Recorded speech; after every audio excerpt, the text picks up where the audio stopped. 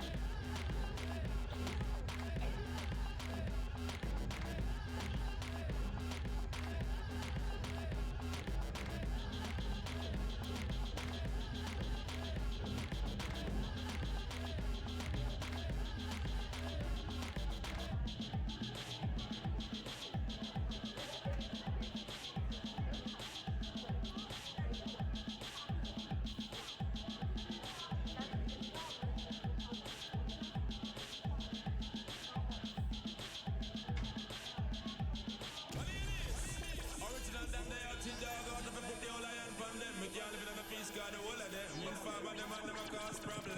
Chop it.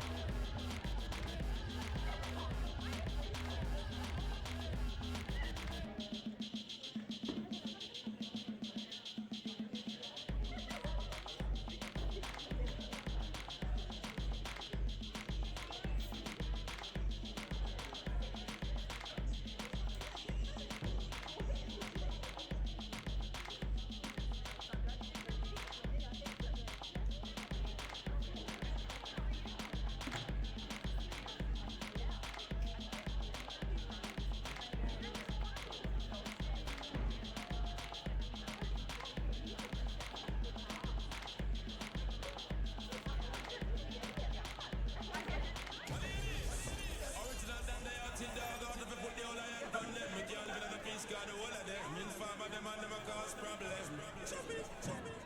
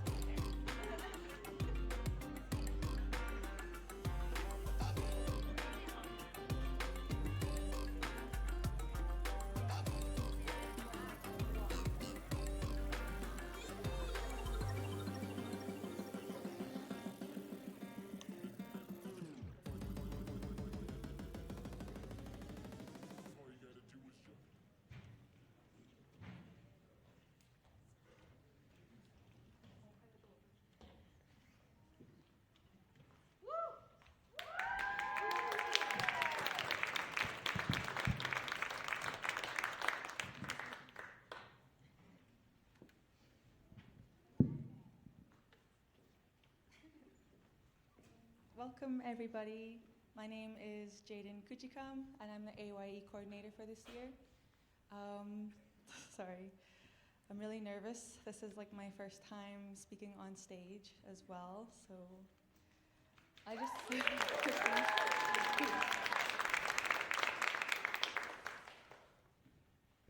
just wanted to welcome everyone here this evening and to just enjoy the show. A lot of the youth storytellers who will be sharing their stories this evening have been preparing for months before this, and I think they're feeling really excited and nervous as well. So just give them all your love, and it's going to be a really great night. I didn't want to speak too much. I just wanted to introduce myself, and I also wanted to just pass it on to JC here.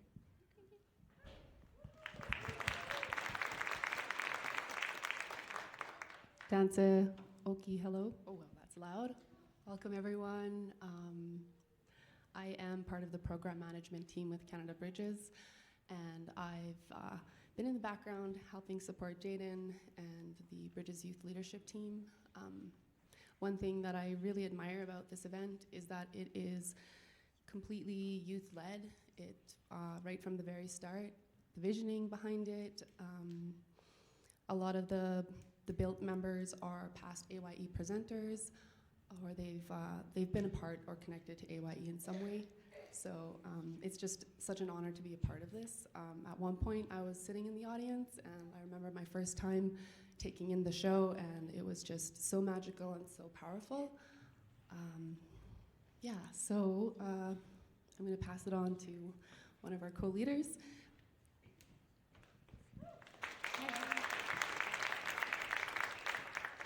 And I am Alyssa Lindsay, and I am a co-leader of Canada Bridges. This is the 11th time Canada Bridges has had a youth explosion. It is my favorite day of the year, and I think it's because I feel so honored to work with such amazing young leaders all year through, and I feel like this is the day that the broader community gets to really see and witness the power of youth and the wisdom that they hold. Our vision is a world where youth can show up, stand up, and be heard, and I think this event really embodies that vision. We hope that what the youth share today will change you, will inspire you, will have you go away thinking differently about things, and that, like JC said, is part of the magic of AYE. I want to really thank Jaiden for leading this amazing event and the whole, we call them BUILT team, Bridges Indigenous Leadership Team, that has put on this event. They have done such a tremendous job today and in the months leading up to today. I also want to thank our sponsors for the event today. We have a number. I'm going to hopefully have a slide up here that shows you all of them. I'm not going to go through and name them all, but you can see them up there, and this event would not be possible without them. So a big thanks to all of those sponsors and to every single person who's helped make the event happen today. From our drum group to our videographers, photographers, everyone. We're doing our thank yous now. So big thanks to everyone who's been involved. It really has been a big team effort. And I think with that, I was also going to acknowledge, as a settler living here in Treaty 7, I want to take a moment to acknowledge the land that we are on, and especially because we have so many powerful young Indigenous leaders who are going to be sharing their stories. And this land is a very special place, and we are grateful for the communities that have stewarded this land since time immemorial. And so I want to acknowledge the Siksika-Tsitapi, the Blackfoot Confederacy of Siksika, Piikani, and Gana nations, the Iahe Nakota nations of Chiniki, Bearspaw, and Goodstoney, the Tsuut'ina Nation, and Métis Nation of Alberta, Region 3. And I think that also connects to why this event is just so important to me, because I think the youth who are sharing today are sharing, we talked about it beforehand, they're sharing stories that have been passed on to them for generations and wisdom, and that they are going to be taking forward for generations to come. And I just feel really privileged, and I hope you will all join me in this event together, and we'll hope to meet you during the intermission and afterwards, and we'll get to talk more then. I'm going to pass it back to Jaiden to introduce our elder.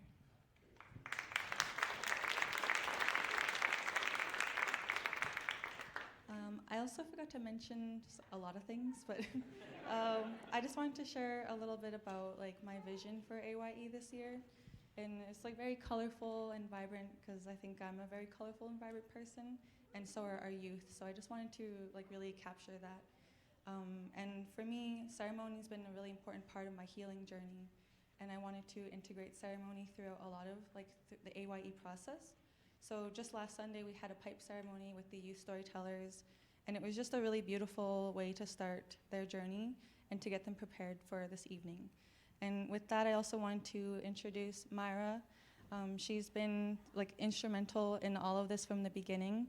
I reached out to Myra earlier this year when I first got this role, and just like really sought out her mentorship and guidance, and a lot of what she told me, I think like brought me here. She just told me to just like have integrity with my role and to just like trust the process, and I did. So we're here, and yeah, I just wanted to introduce Myra, and she's gonna do a blessing for us to start us our evening. So.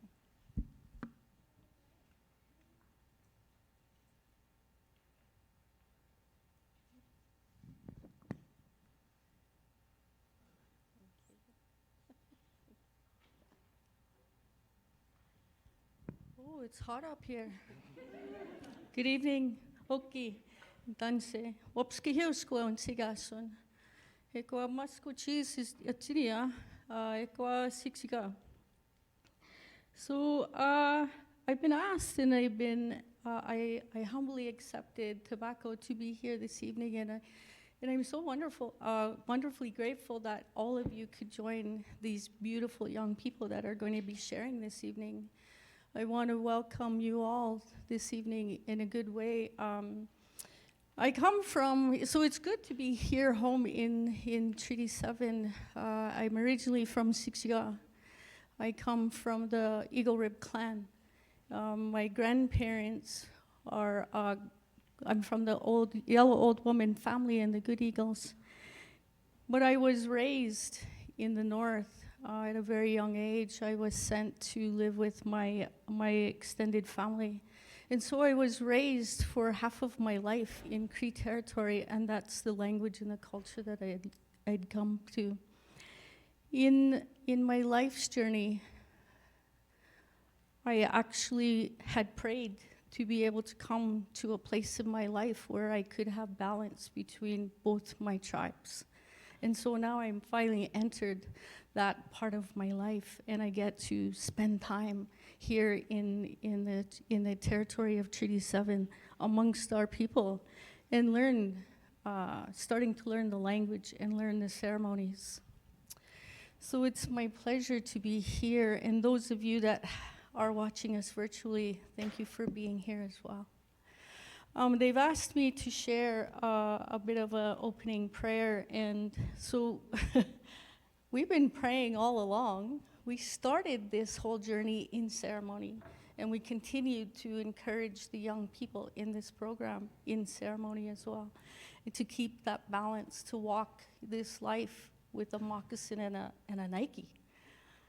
I showed up in ceremony once with a moccasin and a Nike, and this lady finally asked me, why do you have two different footwear on? And I said, because in this lifetime, we have to walk in a Nike and a moccasin. It's like walking in the old buffalo and the new buffalo, and I shared that with the young people last weekend in ceremony. The resiliency it shows where we come from, and that we're very proud to be who we are today, and that resiliency within ourselves also takes us into the new buffalo world of education, our future leaders of our nations. And so I'm very honored to be able to be a part of their journey. And so today when the sun was rising and we were getting ready to journey down here into Calgary, I'd prayed along the way, and I asked Creator that, this journey has been, full of surprises. It's been full of rewarding moments. There's been a lot of challenges personally for some. There's been a lot of successes for many. And as being part of this journey with these amazing young people, I got to see them grow. And so earlier in my prayer, I asked, that we are all able to come together in a good way and to be grateful and thankful for all of the things that we have accomplished. We're still here. So I will say my prayer in English just to be mindful and respectful for those that don't speak the Cree or the Blackfoot language. And the other part of that is I'm just learning. I may be, a ceremonial person, and I attend most of my life. I've been part of ceremony. But to learn my Blackfoot language is my next buffalo. And so I normally pray in Cree, but today, for the sake of those that are here and joining us, I will just ask very nicely that, the Creator bless us all in wherever we're at in life, and to keep us strong and resilient, and to keep us moving forward in those teachings of the buffalo. And that we obtain the knowledge and we respect the teachings of our elders and each other, and we come together in love and kindness and compassion, which is the way of the world, our world, our traditional world.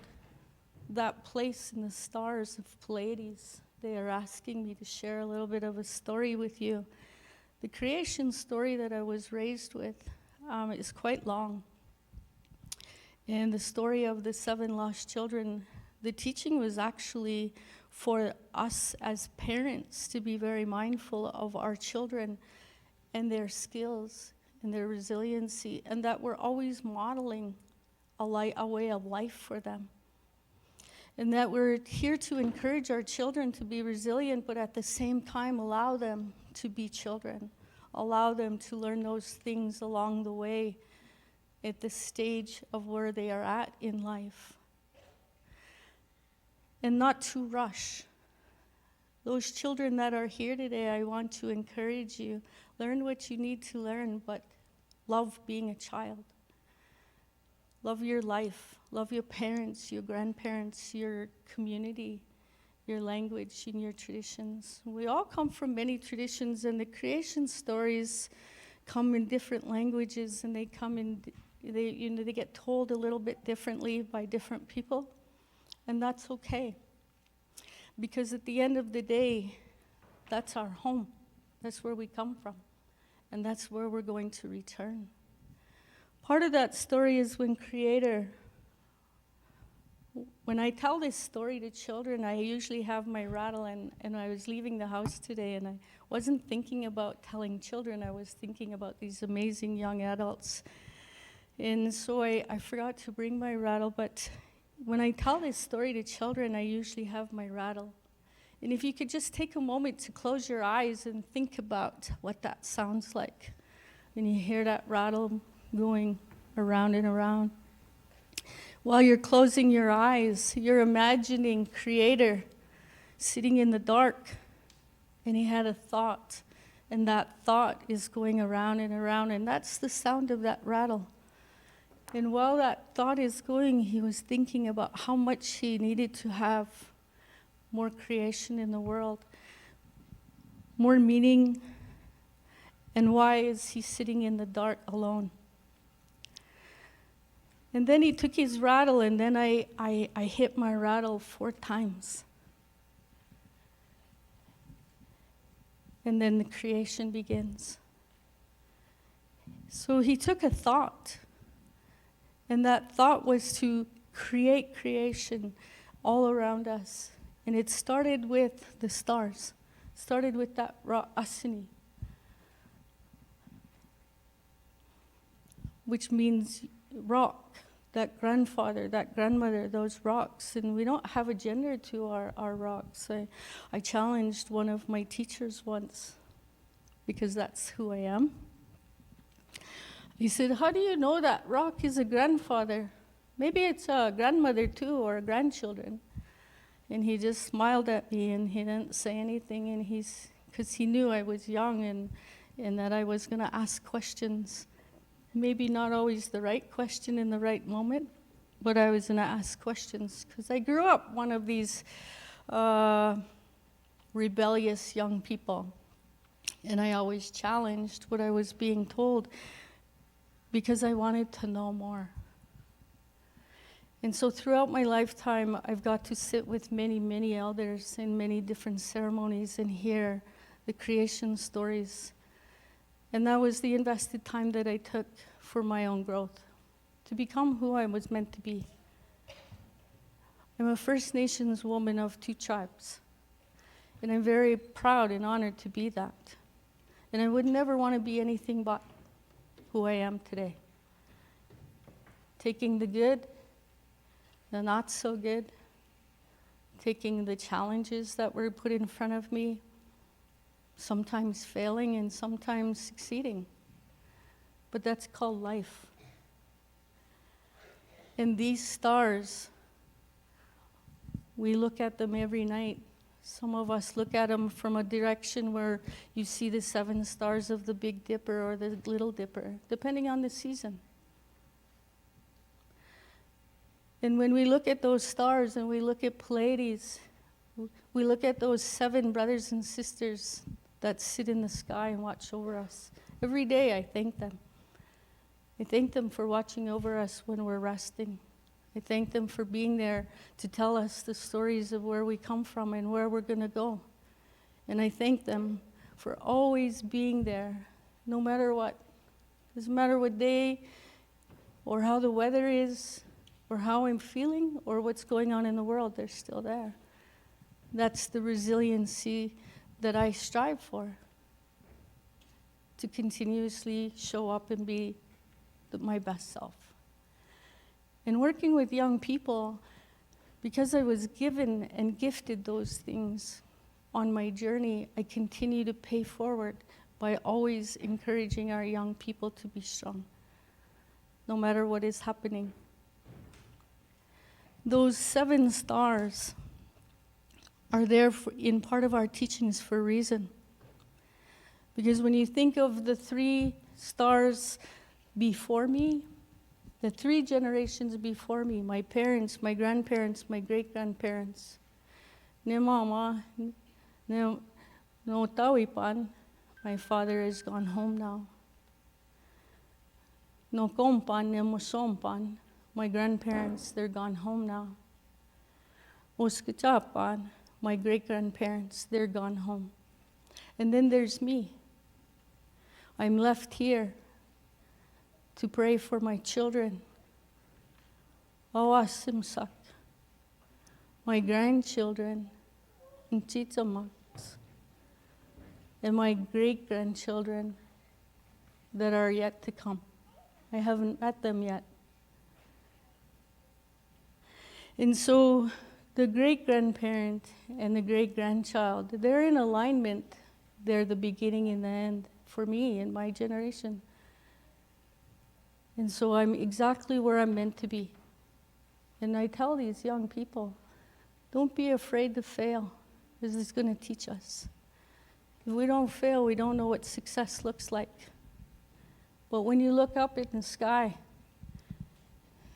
we see the moon, our grandmother moon, and our grandfather the sun.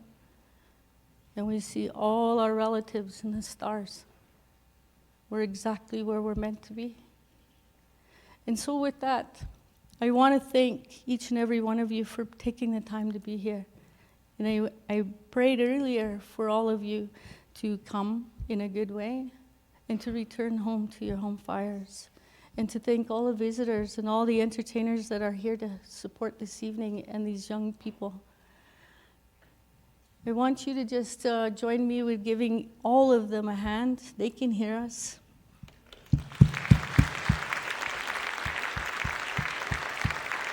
And so, I'm not your show, but I'd like all these beautiful, beautiful people to come out.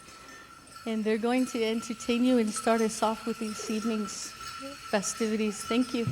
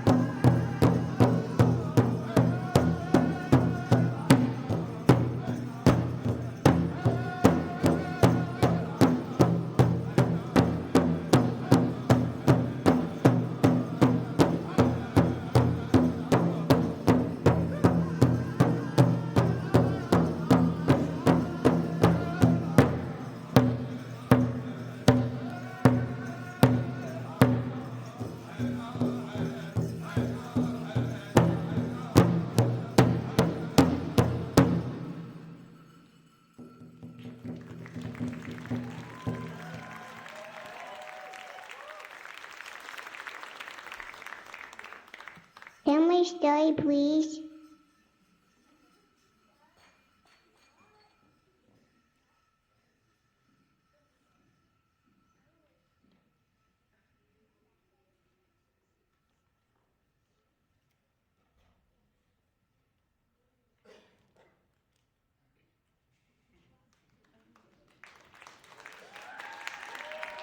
Hello, testing good? Testing, Bayak Niso, testing, Bayak Niso. Can y'all hear me good? All right, wonderful. So first of all, I'd like to say, let's give another acknowledgement to the drummers, the dancers, and Myra sharing. I mean, that was beautiful.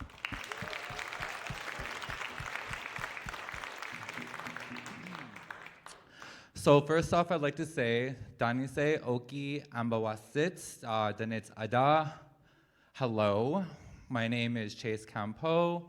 I guess I can say I'll say my name in Cree, so Danise Wabikinu Nitsikasun Kisiku Sotsinia, which translates to, hi, my name is White Eagle. I am originally from Kisagoose First Nations, which is Treaty 4 in Saskatchewan. And I am an OG Cree, and my given name is Chase Campo, as I just told y'all. And I just want to say, wow. There's a really good turnout this evening. It's good to see all of you beautiful Indigenous creatures tonight, and non-Indigenous as well. So there's a healthy little Indian squeeze there, so that's good.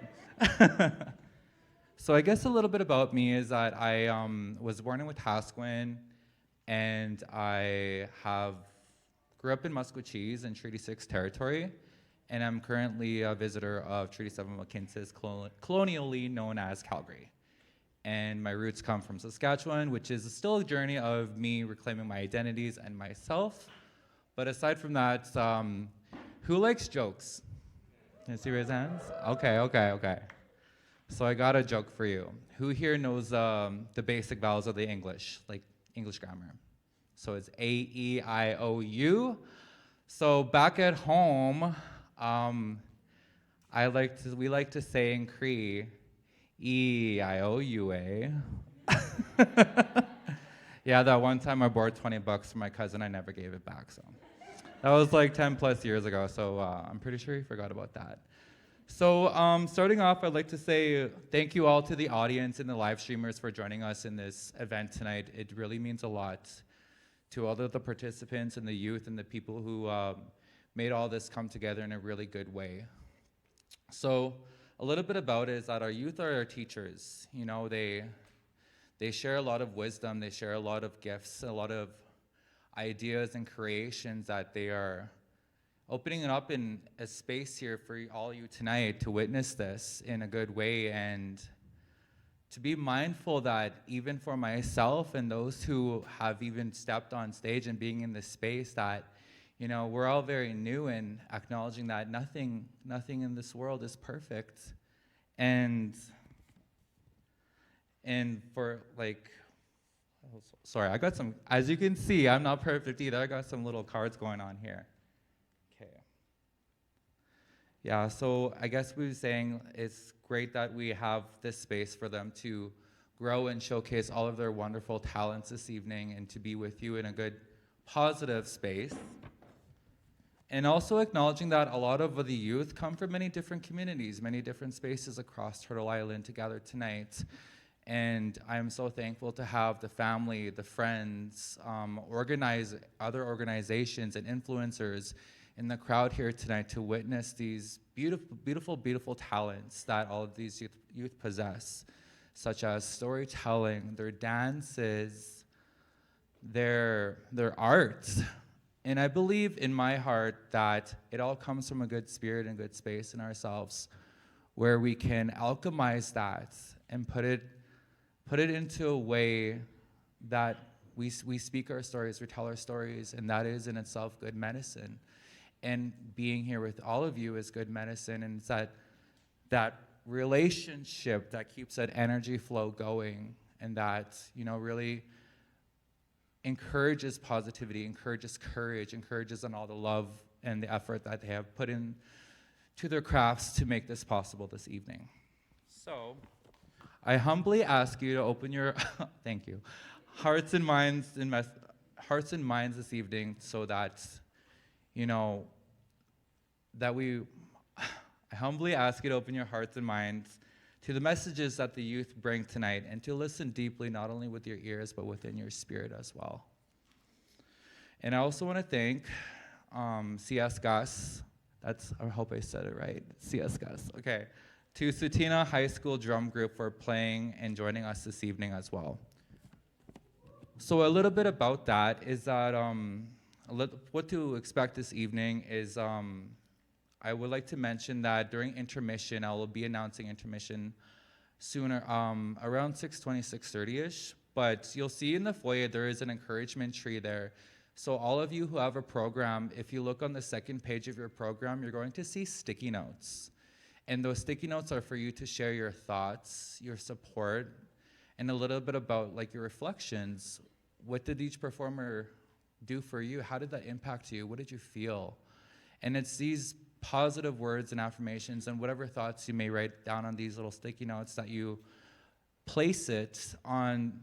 You'll see their names on that encouragement tree of who you would like to, put your notes for. And it really helps to give them a lot of encouragement as it stands for itself. So, there's that. Also as well, there is going to be snacks and beverages and more as well after the show, but also in between in the intermission. And there's also going to be art exhibits. So the art exhibits comes from the youth artists themselves and who share their stories through their pieces of art. I believe there is 6 or 5. And there's also going to be vendors selling their creations. And also for those who would like to take a moment just to kind of step away from the crowd and the energy, there is a quiet space located on the 2nd floor in a prayer room upstairs in the mezzanine level.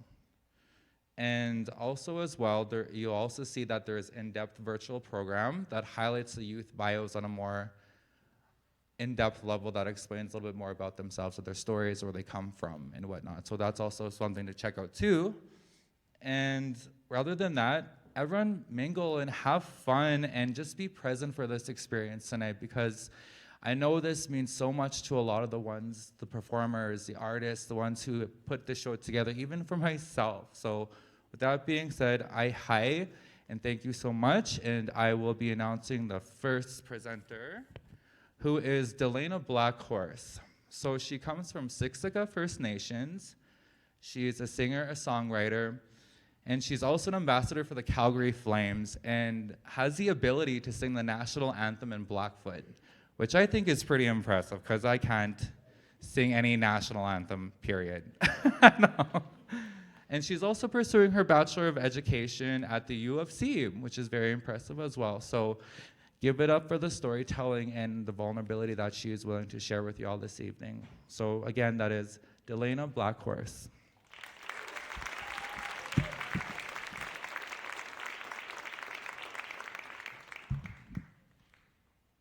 Oki Nidanago Nistua Sikeoki Aki, which is Blackwater Woman. So today I'll be singing a song called Hope Now. I just hope you all can open your heart.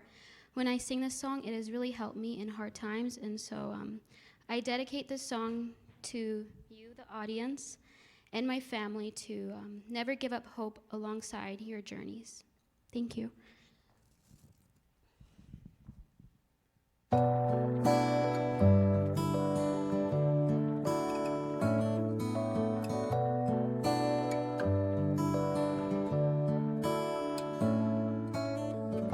If everything comes down to love, then just what am I afraid of? When I call out your name, something inside awakes in my soul. How quickly I forget I'm yours. I'm not my own. I've been carried by you all my life. Everything rides on hope now. Everything rides on faith somehow. So when the world has broken me down, your love sets me free. And when my life is like a storm, rising waters, all I want is the shore. You say I'll be okay, you make it through the rain. You are my shelter from the storm. Oh, and everything rides on hope now, and everything rides on faith somehow. So when the world has broken me down, your love sets me free. Yeah.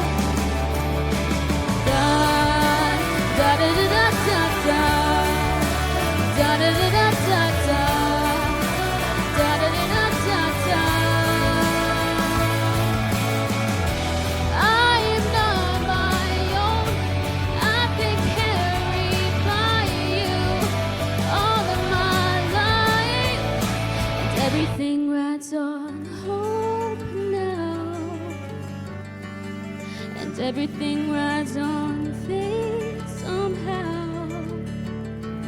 So when the world has broken me down, yeah, your love sets me free. And everything rides on hope now, and everything rides on faith somehow. And when the world has broken me down, your love sets me free. You become my heart's desire, and I will sing your praises higher. 'Cause your love sets me free.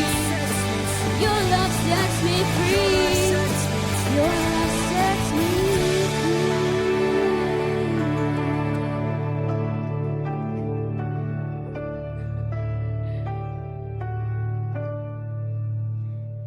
Thank you so much. I'm just so thankful for this opportunity I have been given. I've been singing for 10 plus years now, and I actually got my start up from the Run as One. I grew up singing in a Christian-based home, and I'm just so thankful for my parents who have helped me in such hard times, and for my late grandma Ramona. I wouldn't be here if it wasn't for her today. So thank you so much.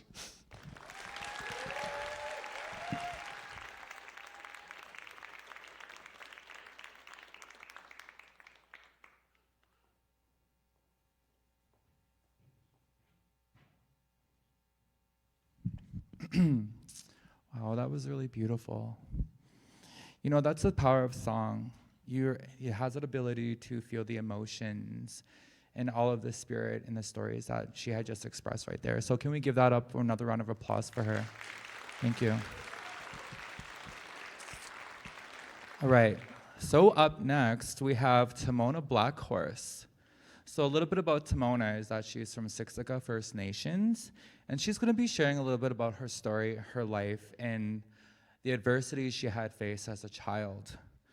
And you know, I think that's we're in a good space where we can have that vulnerability. So with that, she's going to be sharing a few poems. So again, give it up for Timona Blackhorse.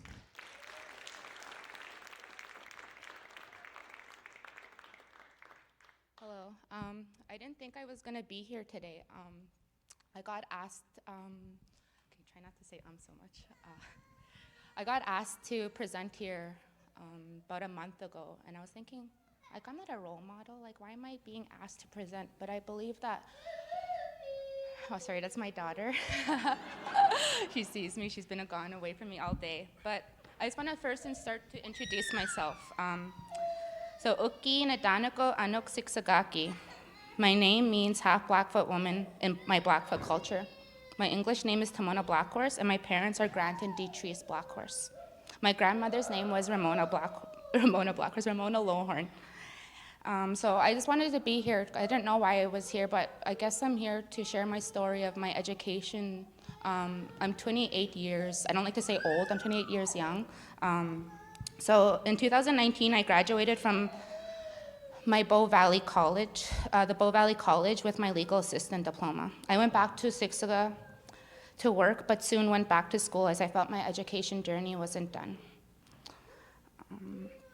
I am currently in my third year of my criminal law degree at Mount Royal, and my dream after this agrees to keep going with my education and do my Master's of Criminology, as I feel I have so much to learn and work to do for our Indigenous people.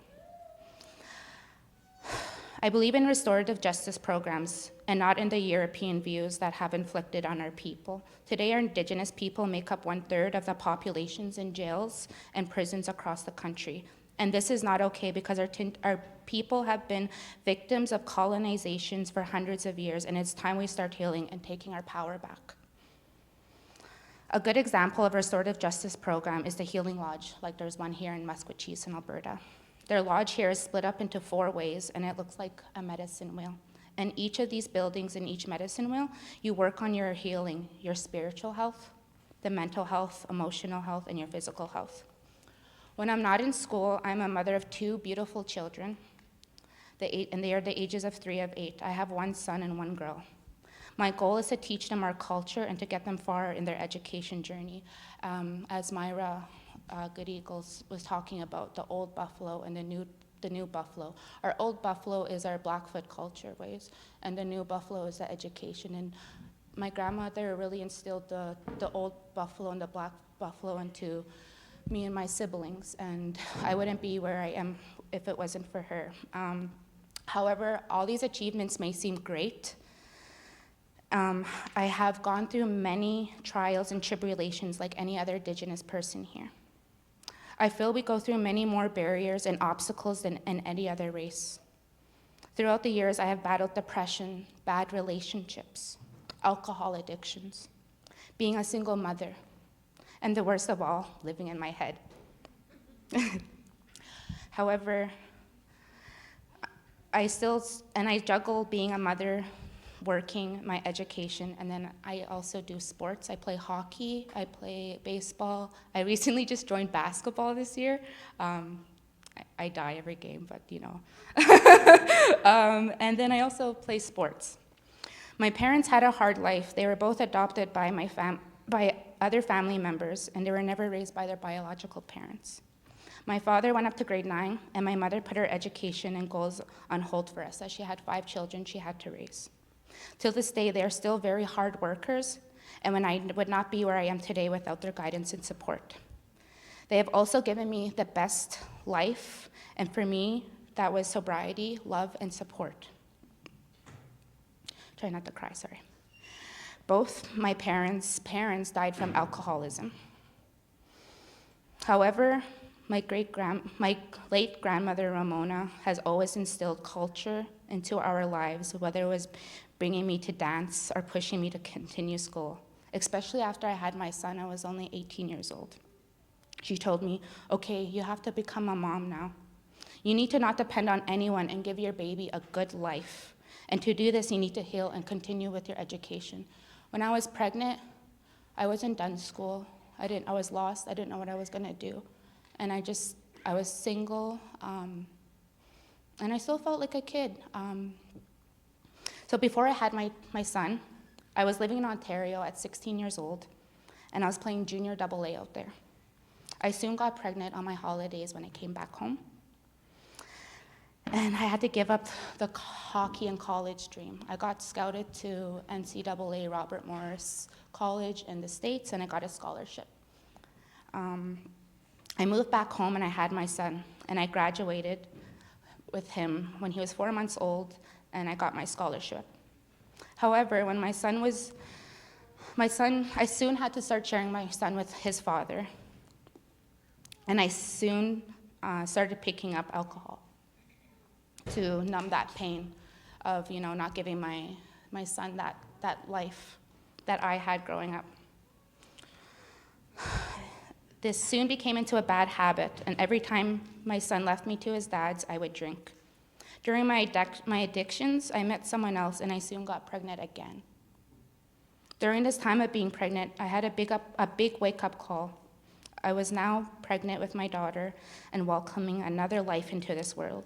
During this relationship, however, I was very abused in every way, mentally, physically, emotionally, and spiritually. I finally had the courage to leave in April of this year. I had to start from scratch and soon was a single mother of 2 again. And I felt very lost. I stayed sober, praying, and then finally Stampede came this year and I fell off. After 4 years of being sober. My son came out to me at this time and he told me my ex was abusing him behind my back, and I lost it and I fell off. And I started to drink again. Since my falling off, I've drank twice. Each time hungover, depressed, sad. Today, I'm far from perfect, but I'm 6 weeks sober. It's not long, but I've never been this happy in a long time. I feel I'm finally free and I'm on my road to healing. Finally finding out who I am as a person and finding out my purpose in life. I know I had to go through what I did and what I'm going through to fully heal myself and to continue healing myself with this path I'm on. And every day when I wake up sober, I gain my strength back. Indigenous women in Canada experience violence at a higher rate than non-Indigenous females. In 2014, there was a report that was issued stating that Indigenous women make up to 16% of all female homicides in 1980, despite only making up 4% of the population here in Canada. I also could have been a victim of missing Indigenous the murdered statistics. Back in 2018, it was during Stampede. I don't know what's wrong with Stampede, it's just like my time to fall off or something, but I wasn't drinking this time, and I took a cab at Marlborough Mall train station. And my friend that I was with, I forgot my car keys in her vehicle, and she already took off. My phone was in there, so I was like, okay, Mom, what do I do? Can you come get me? And then she's like, can you go to Sutina? Your sister Sunny's there. She's gonna, pick you up. And I said, okay, I will. Anyways, I called a taxi cab, and when I called that taxi cab, he wouldn't let me out of his vehicle because he wanted me to do sexual acts with him. I went to the police. I got out of it. I went to the police. I had to actually climb out that window. And then I ran to the police station at Marlborough Mall. But I remember what that guy said in the taxi cab. He told me, this is why you Indigenous women are going missing. And that hit me. So since that day, I almost went missing. I tried to turn my life around. I tried to speak up for, to be more aware, especially as us Indigenous women. We're victimized at a higher rate than anyone else.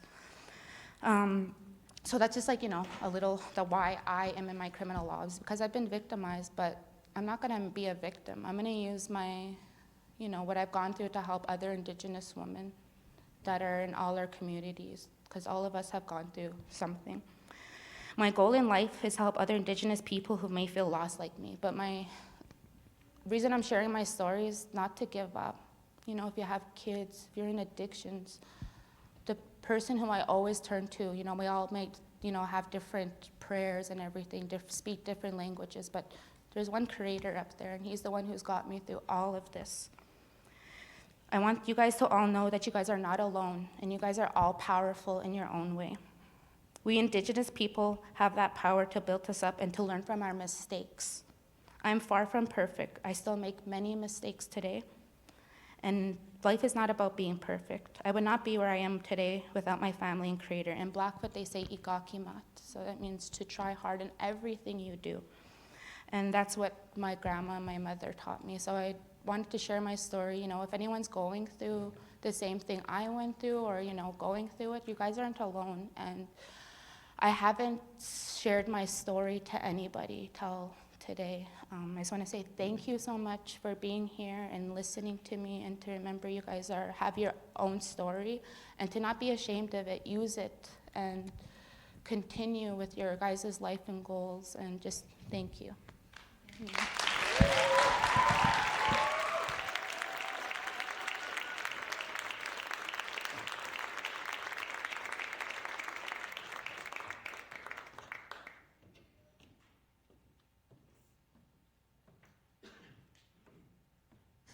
Wow. Thank you so much to Mona for sharing a very, what's the word, sensitive part throughout the periods of your life. You know, as a little TMI, I'm actually also on the road to recovery as well. So, you know, I believe that's a huge part of reclamation and reclaiming our identities as Indigenous people, is to find out who we are again, returning from those dark spaces. So thank you again for being vulnerable and for being so open to Mona. Up next, we have Shay Peach. There it is.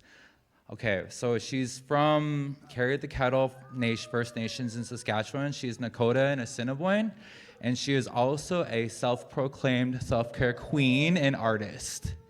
And she is going to be doing a few poems. I got a little mix-up earlier, so she's going to be reciting a few poems for you today. And as well, she's going to be taking her psychology next fall at the University of Calgary. So again, give it up for Shay.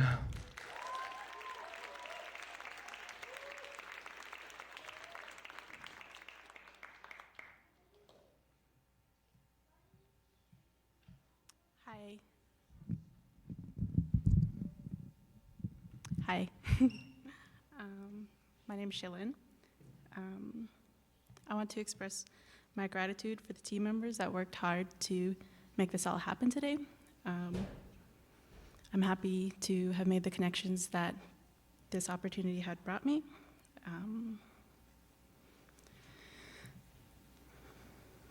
On my life journey, I'm currently passionate about my own healing. The majority of the work I've done is inner child healing and my own personal Indigenous resurgence. This is a poem I wrote for my siblings.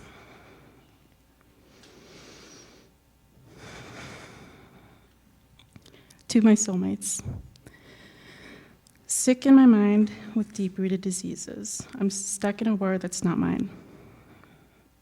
Somehow I'm ahead of my time, but always falling behind. Heartbroken eyes to recognize colonial designs. Paving roads to new realizations for generations. Your fresh life brought me mine. To hold your hands just one more time until we meet again, I'd give anything. I see you in my dreams to remind me what this all means.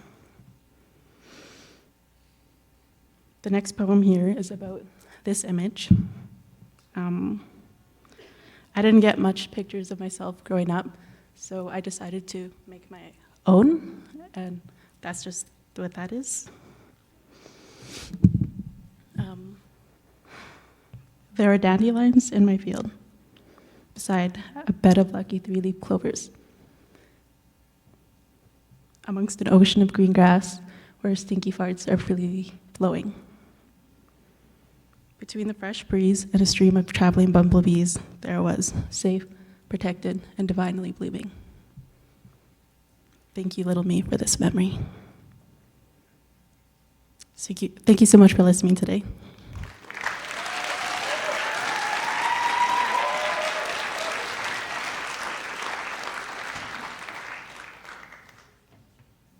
I hope to be creative, explore, and be happy. Mwah!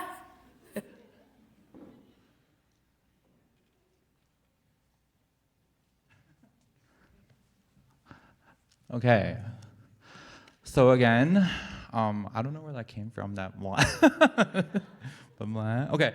Anyways, so up next we have a musician from Siksika. His name is Mason Weasel Child, and he is going to be getting a little loud this evening. A little descriptor I want to say in his bio is that he said he is like a CD case. He's been around since the 90s and 2000s, a little worn out, but still useful. So, I mean, if you're a 90s kid, if you know, you know. A little scratched up, you know, it's okay. So again, with that being said, give it up to Mason for sharing his art through the power of music. And for those who do have hearing aids or have children, turn down those hearing aids a little bit in the front, maybe cover their ears because it's gonna get loud, okay? Okay.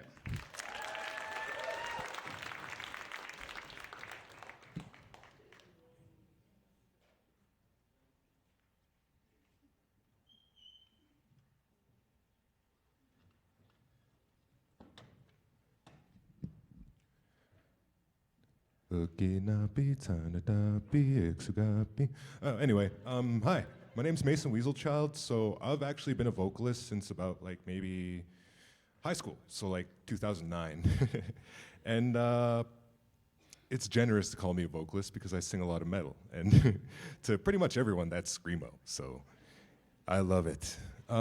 So I wanted to come out here and say thank you, first and foremost, to my family who are all here. And that is, of course, my nephew, McKinley Weaselchild. He's performing in the second act. He encouraged me to come, and he helped me choose my songs. So without his support, I might not even be standing in front of you guys today.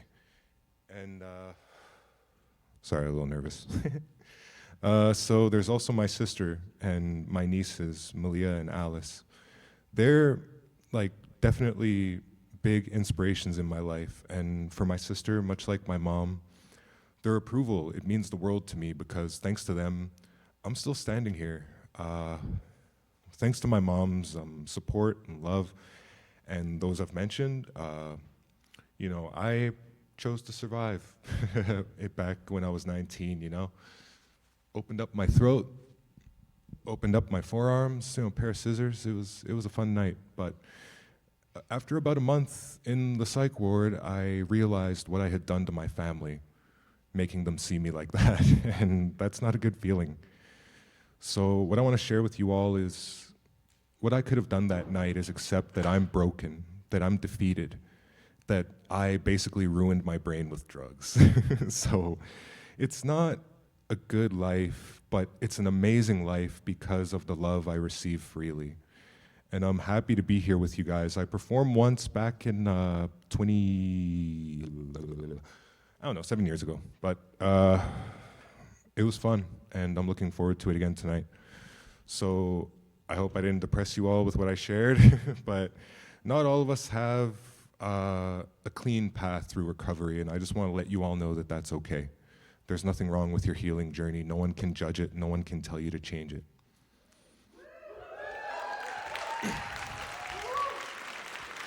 But anyways, are we ready to get loud? They already warned you, but I don't know if you're prepared. Forgive me, my voice is a little weak. I spent the better part of a decade thrashing it by singing and smoking, so bear with me. Can we play it now?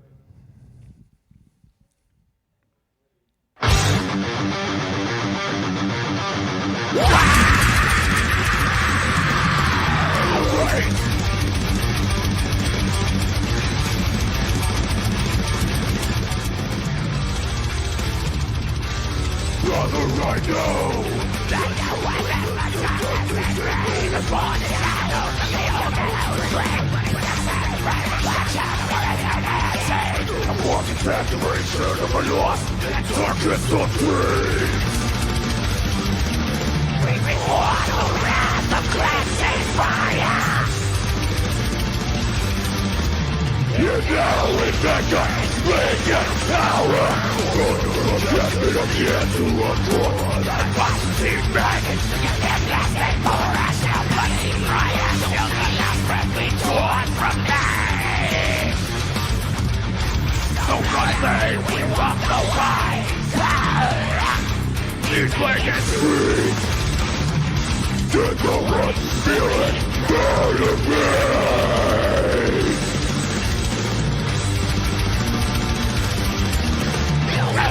Divine,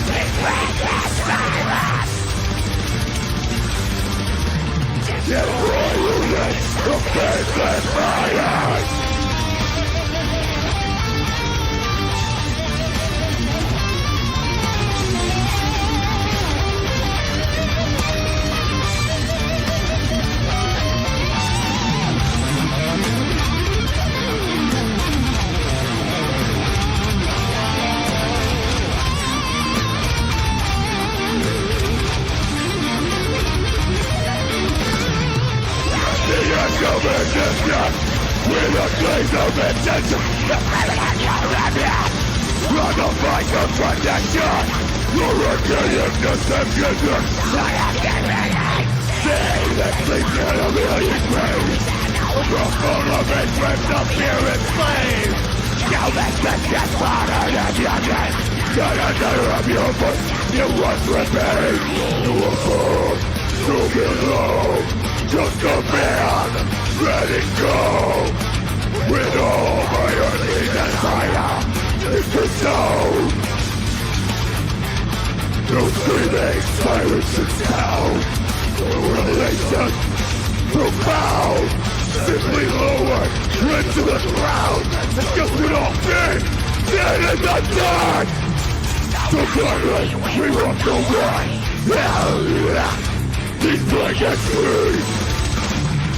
To the one, feeling, burn of pain.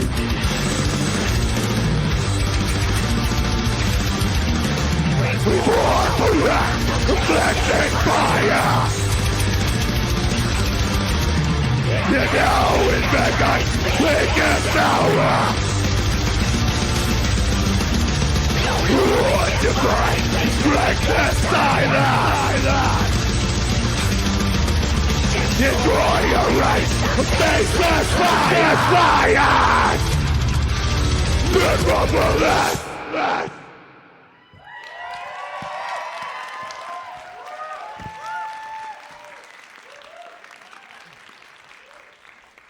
You all matter, no matter how much pain you're in.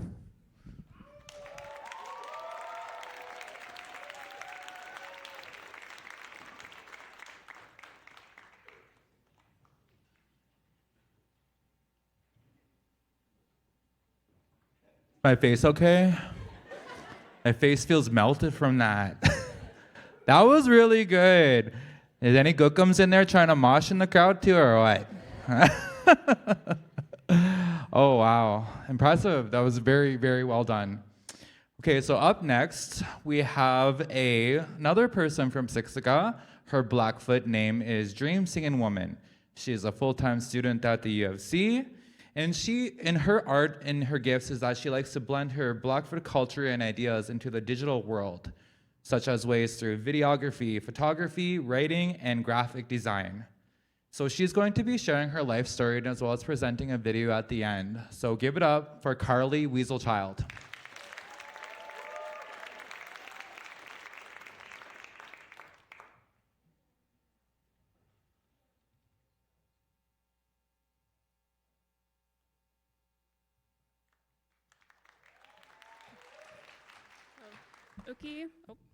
Uki nitinikasam papenkiaki. Nina Natawakamina Nixista Maramapastaki Namadoto Siksiga. So I do videography, so I think first we're going to be showing the video. I think. Is that correct? There we go. And then I'll explain in a minute.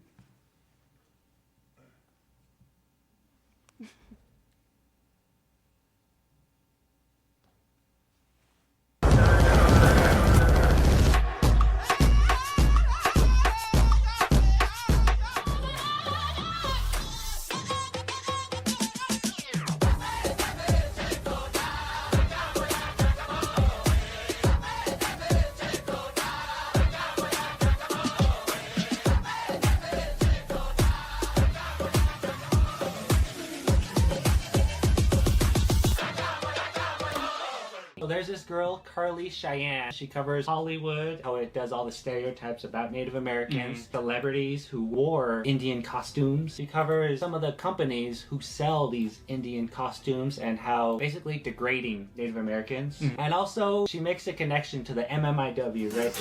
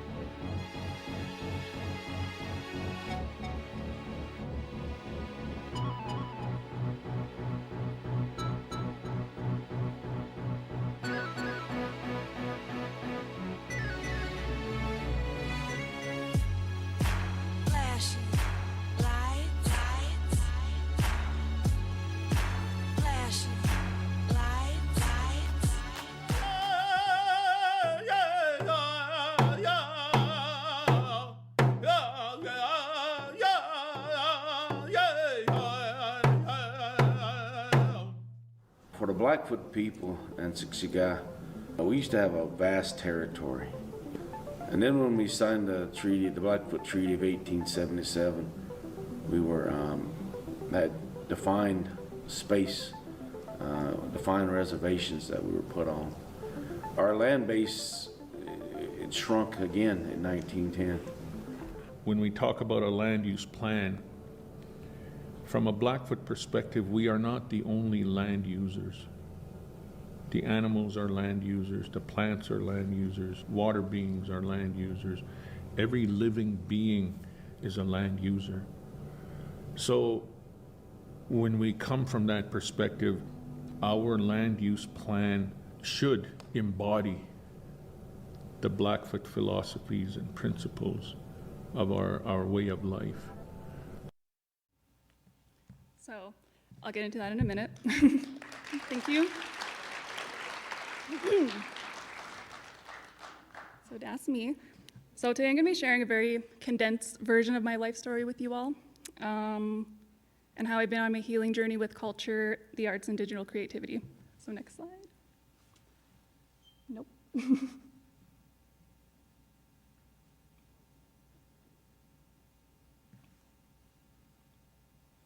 little bit back.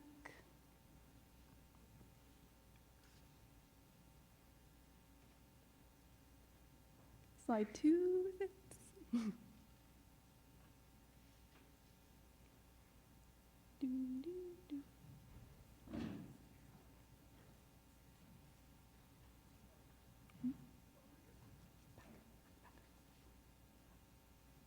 Sorry about the technical difficulties.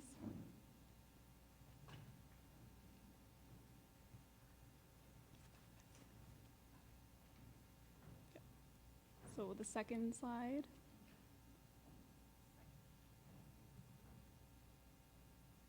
Well, I can talk about this.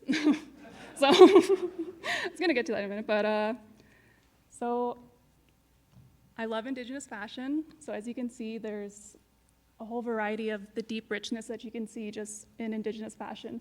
And to me, it's like not just the outfits, it's not just a dress. There's a whole meaning and so much work behind it. So next slide. So there's a lot that goes into it, and I feel that Indigenous fashion is all about storytelling, and that storytelling creates art, and that art all comes from teachings that are passed down. And even like with these outfits that you see here, like the West Coast design, the Plains Cree, Blackfoot, it's very beautiful how vast it is. The next slide. So when I think about Indigenous fashion, this is what I see, how beautiful and vibrant it is. And throughout my time with modeling, like I've met so many friends, so many people that I look up to, and yeah, that's one of my, has a very special place in my heart with Indigenous fashion and modeling. So next slide.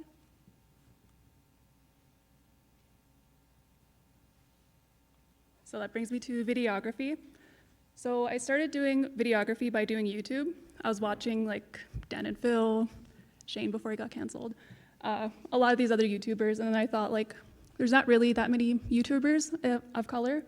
And then I started seeing like Natalie Franklin, Kale Chino. So I started making vlogs of my own, and that's kind of where I would be self-taught in video editing. So next slide. So with digital creativity, I designed that after, it's like a family tree, so that's after a Blackfoot teepee. So next slide. And then, yeah, writing's my first love, so that kind of got me into exploring more with creativity. And then graphic design, as you've seen with the slide before. And then YouTube. Next slide. Sorry, these are a little jumbled. These had an order, but yeah, so I can get a little down on myself when I think about how hard it is to learn our language and how difficult it is, like, that I don't know everything. But then I see like where I come from and my family and how much deep it is with our Blackfoot culture. So that really inspires me, seeing them and my family, to keep going. The next slide. So throughout my early 20s, like I really had to take it upon myself to bug my family and ask them if they can teach me how to bead, teach me how to sew, how to make food, like all these bunch of little things. So now, thankfully, I know how to bead and sew. I know a bit about the plants and our food, making moccasins, and that all comes from like the community and my family. So I'm really proud of that. Next slide. Again, with videography, sorry, these are like all over the place. So there's a lot that goes into it. You know, it's not cheap. That's the unfortunate thing, but it's so worth it. When you have this vision and you see it all come together, it really pays off. Next slide. So yeah, I have a big family. Next slide. Those are my parents. Next slide. And that's me now. So I work for Sixiga Media, and I do videography freelancing. I'm hopefully going to start dancing again. I'm still working on my outfit. Been working on it since like the pandemic, but very busy. But so yeah, hopefully I'll start dancing again. And I help my dad with ceremonies, and yeah, I go to school for Indigenous Studies and for my Sixiga Studies diploma. So next slide. So that's where I was going to talk about my struggles. So throughout my early adulthood, I really struggled with mental health and addictions. So, you know, it's seeing this, I'm not proud of it, but at the same time, seeing this, I'm so proud of how far I've come. And it's been a tough journey. I was sober for about almost 3 years, like in my mid-20s, fell off the wagon. And then now I'm over 2 years sober. So what really helped, oh, thank you. So what really helped solidify at this time was hearing both of my parents tell me on different occasions, I'm so glad I don't have to worry about you anymore. So keeping that in the back of my mind and always thinking about that and thinking about how much I put my family through, especially my parents and my brother, reminds me to just keep going. I'm on the right path, and sobriety is the best decision that I've ever made in my life. So next slide. Yep, so next slide. So yeah, I grew up very, pretty connected to my culture. Grew up on the res, you know, messy hair, dirty face, all that. With my early adulthood, getting into addictions and mental health, I wanted to make those positive choices to live a better life and to make not just my family proud, but myself proud. So next slide. So I started modeling about just a little over 10 years ago. The middle picture right there was the Sixiga Run as One fashion show. And I worked at the clinic, so they're like, go hurry up. So I was like real shy, but I did want to do it. So I'm really glad that I did. I didn't even own a pair of heels, but that was my first fashion show, August 2013. And then exactly 10 years later, I was opening for a designer at the Santa Fe Indian Market Fashion Show. The next slide. So yeah, again, with fashion, a lot of power is behind it, a lot of passed down teachings that survived all the things that we've gone through as Indigenous people. So seeing all the outfits that I've worn from my little portfolio and all the people that I've worked with and all the outfits that I've worn makes me really proud to see all of this. So next slide. And yeah, what helped me get back into my culture, even though powwows and pageants aren't like super traditional, it inspired me to really take it upon myself to ask my family and to learn all these things. So I was a Stampede princess in 2014. I can go on and on about that, but it was one of the best experiences of my life. I got to travel the world and got to meet amazing people, and I got to speak in front of thousands of people at the grandstand. So from being that shy little res teenager to now, so yeah, it really inspired me to connect back to our ways and live a healthier and better life. So next slide. Cool, thank you.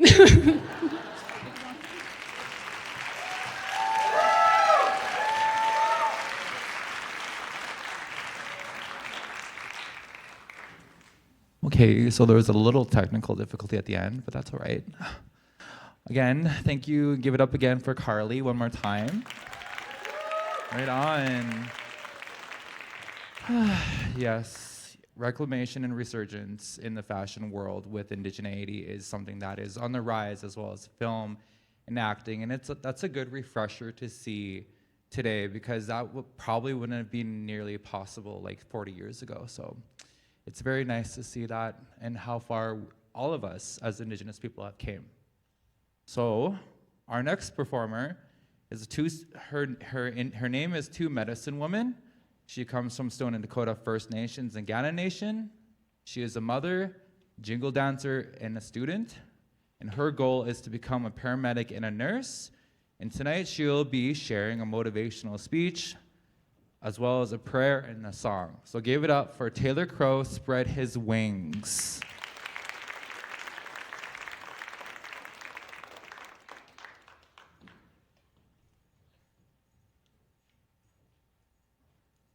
I'm going to introduce myself in both my languages. Sorry.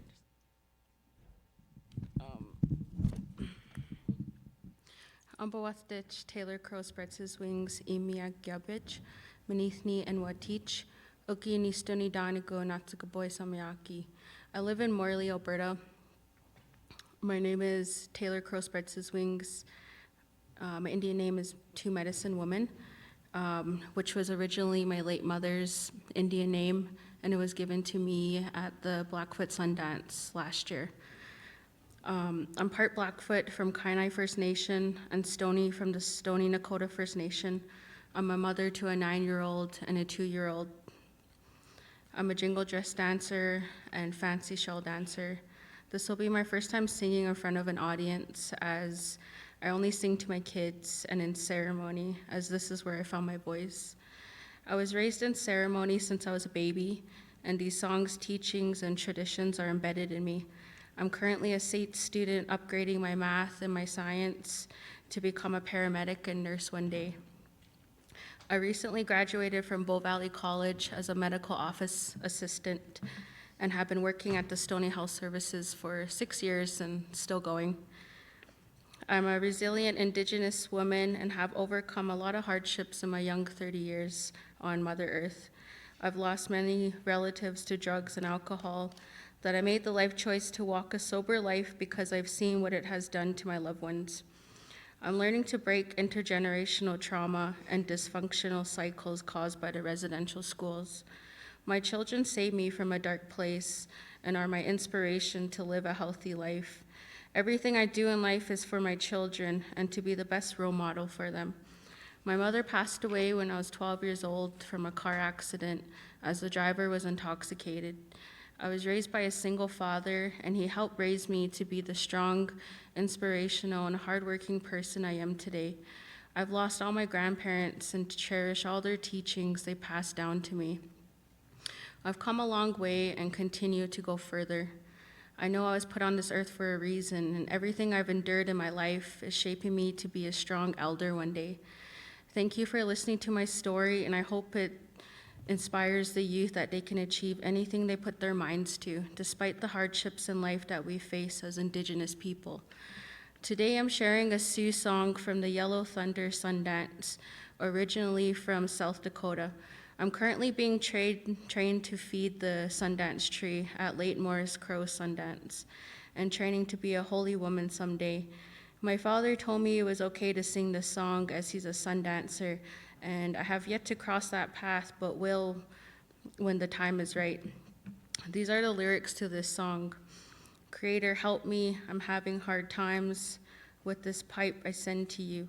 I'm having a hard time, I want to live. I'm not sure if I'm supposed to share this song in public, but I feel like my spirit needs this healing, and I'm thinking of my auntie in a hospital right now. She's currently in ICU fighting for her life. And I am up here on this stage with all my ancestors in the spirit world, and I'm just gonna say a quick prayer before I start this song.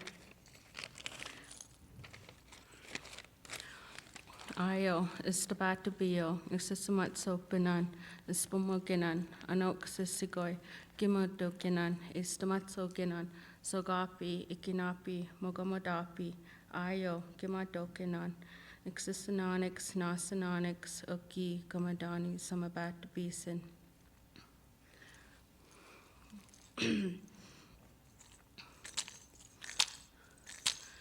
Wanka tonka oshimala heyo heyo heyo.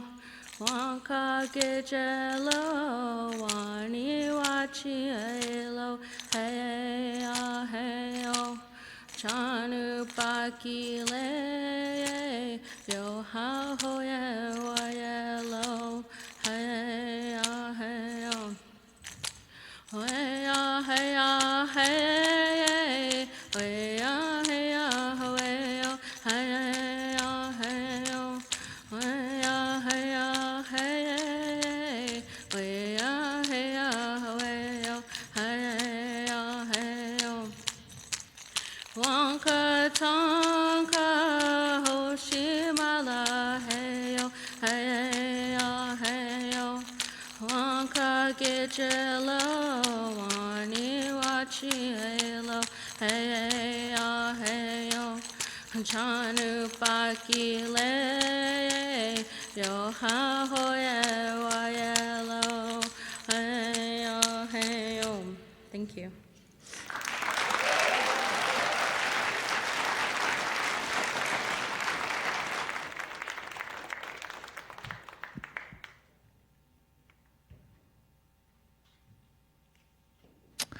That was very beautiful. So, our next performer goes by the name of Cap. They are Cree. They are from Cold Lake First Nations, but currently reside in Treaty 7 territory. And they derive a lot of their inspiration from their family and friends. They also attend Central Memorial High and are part of the PVA Performance and Visual Arts program, and they're going to be sharing some spoken word poetry for us this evening. So again, give it up for Cab.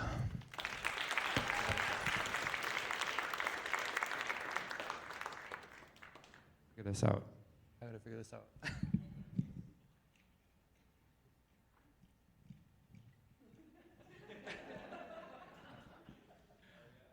Give me a second. You know what? Here.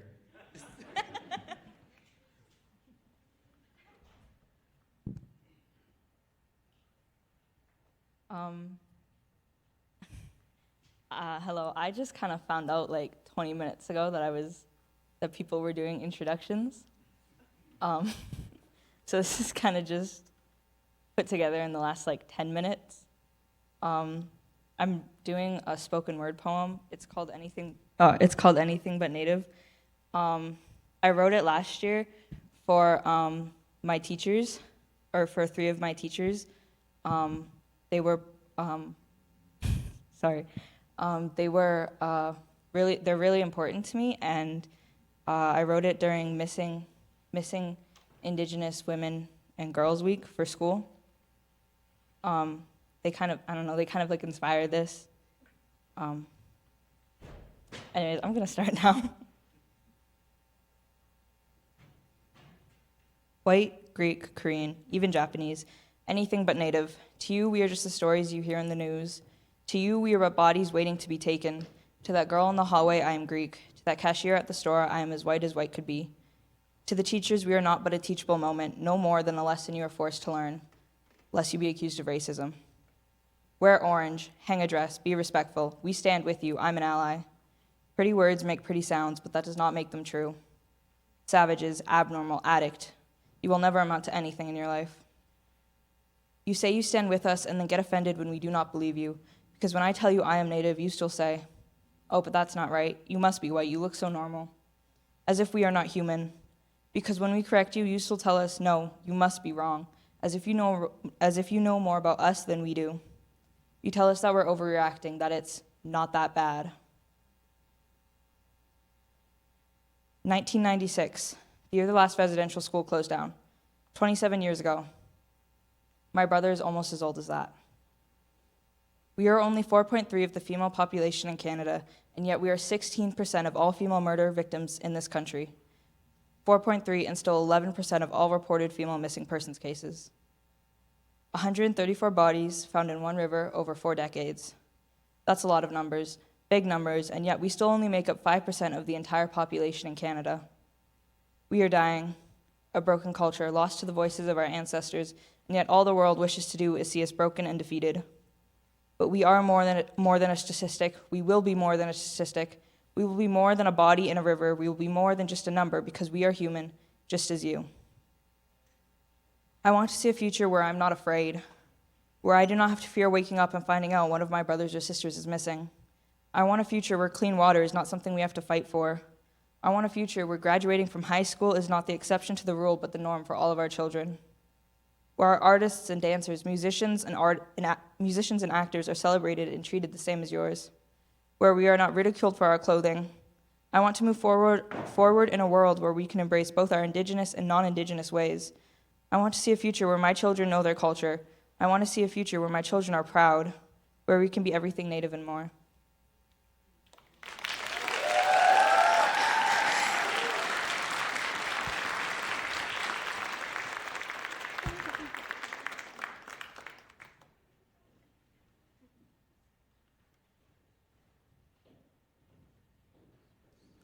Awesome. Give it up one more time for Cab.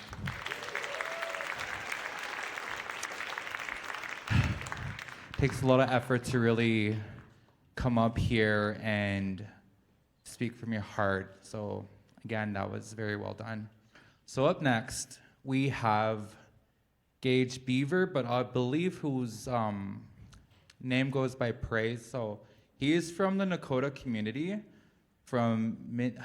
forgive me if I say this wrong. I'm Minty. I think that's how you say it. I don't know. So a little bit about them is that they, like a lot of us, grew up through intergenerational trauma and has moved through those really hard spaces. But, while they watched those chapters ending, new ones also began. So what their gift is and what they're going to showcase tonight is the power of music and how they use their lyrics, how they use to express that, to transmute those spaces of darkness into something positive and motivational. So give it up for Gage Beaver.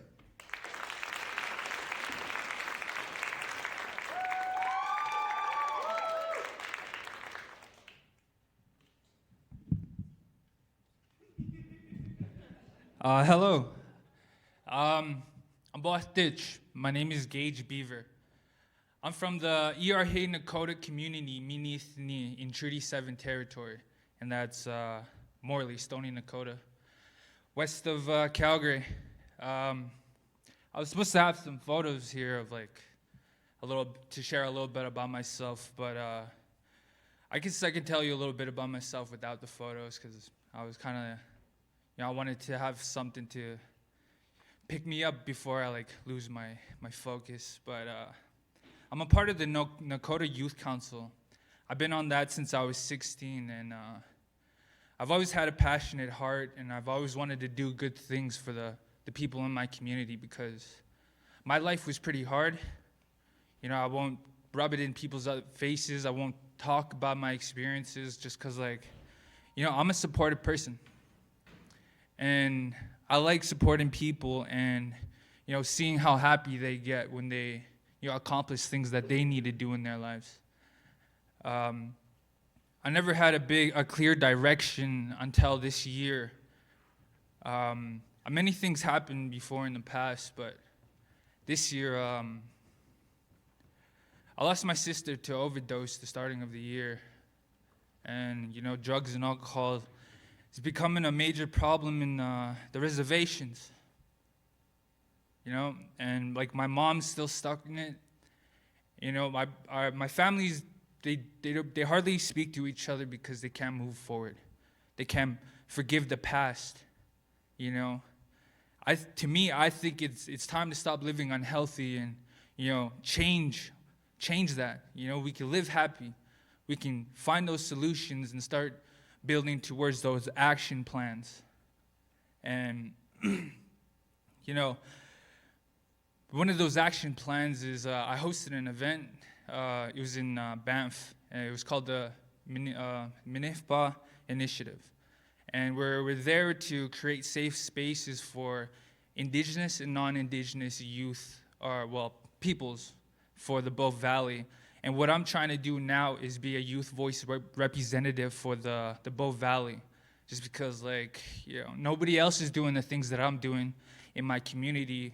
People that are same age as me, everyone's having families, everyone's got a job, responsibilities. And, I feel like I'm just on the sideline. And I'm kind of fine with that because, my life is starting to pick up in many ways because I'm taking on new leadership roles. And, this is something that I've always wanted to do for a really long time. It's just I've been stuck in the cycle, and which is intergenerational trauma. And what I wanted to say was, I was going to talk about my past and how traumatic it was, but I didn't want anybody to take away anything negative or see me different in a different light, because people change when you tell them your feelings and how you, like, what kind of lifestyle you lived. And I don't like to be pitied, and I know myself more than most people that could expect, because they're not on that level yet. And for me, this is part of one of my levels. We can get the song started.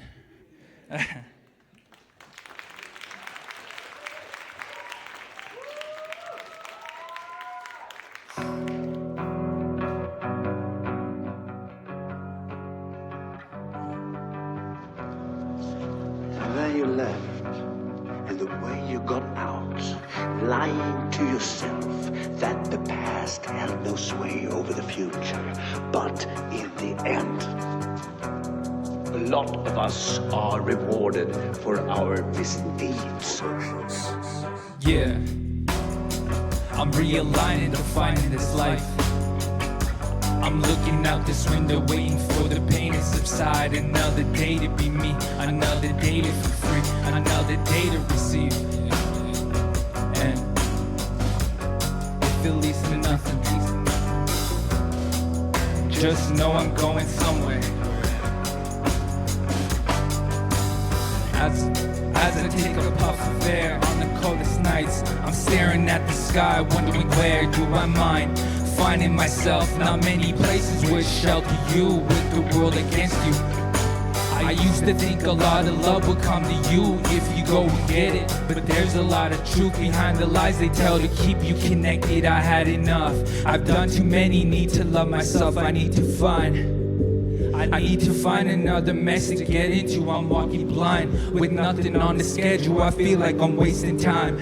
I would go out and get wasted, forget you was on my mind. Now look at the way I participate in keeping you out of my life. Last time I let you in because I'm a sucker for pain, I ain't gonna lie. Okay, let me remind, because of that is the only reason you got inside.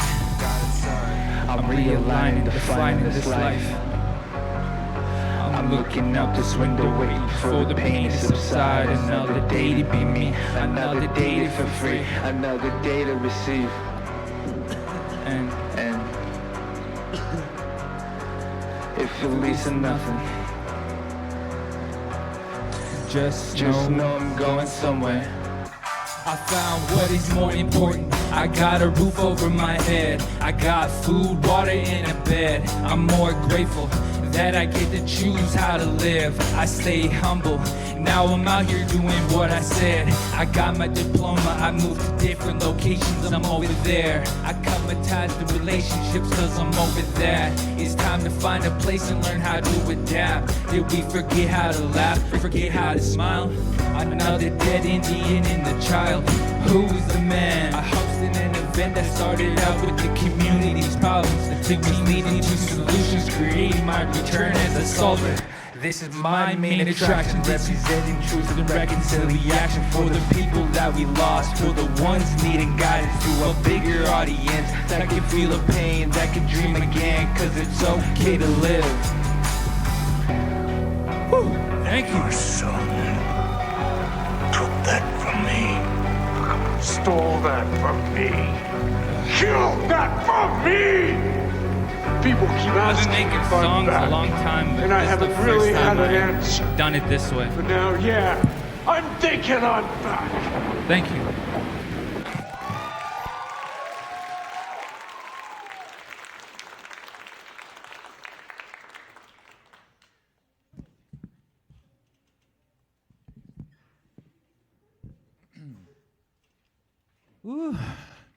Give it up one more time for praise.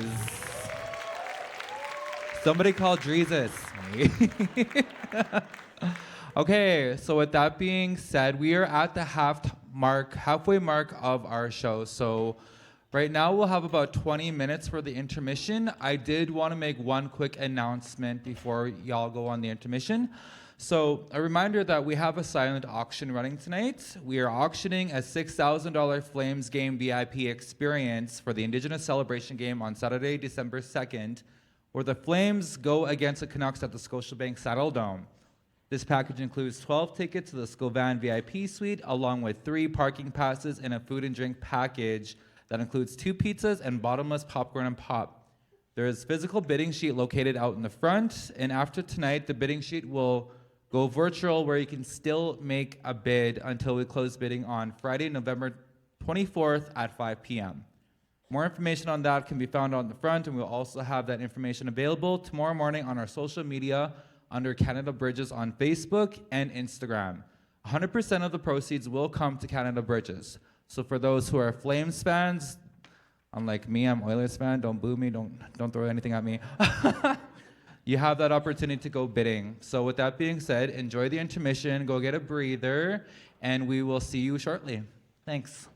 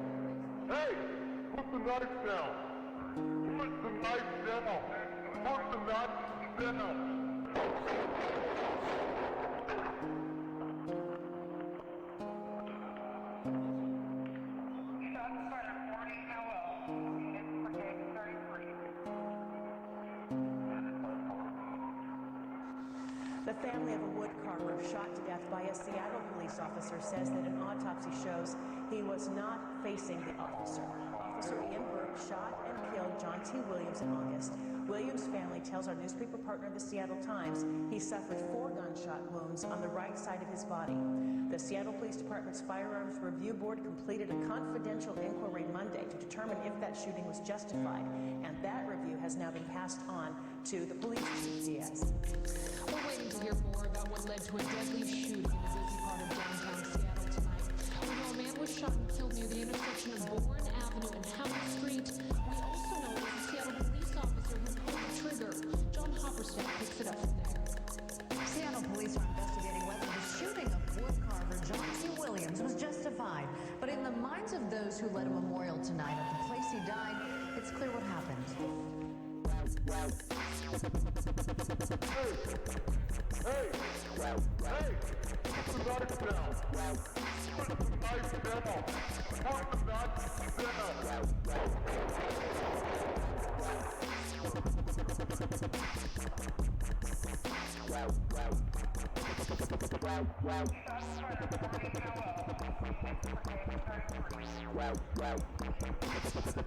The Seattle police officer who shot and killed Native American woodcarver John T. Williams in August has turned in his gun and badge. Police sources tell 213 Fox News the department's Firearms Review Board reached a preliminary finding that Officer Ian Burke was not justified in opening fire that day. Amy Allen has more.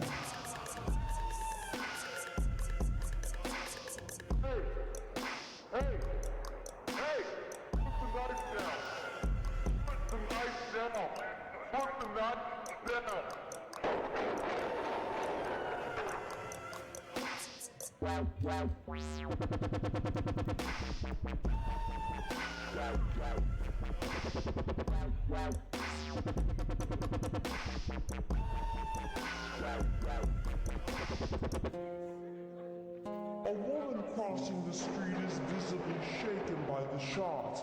After the woman walks out of frame, we hear a female voice say something to the officer. It's garbled. It sounds like she's asking, "What did you do that for?" Officer Burke responds, "Man, he had a knife and he wouldn't drop it." Just kind of didn't seem right, you know. I understand that he got shot 4 times, and it just, to me, it seemed a little excessive. One witness we spoke with said he never saw a knife, but the victim was not acting in a threatening way. He was murdered for no reason.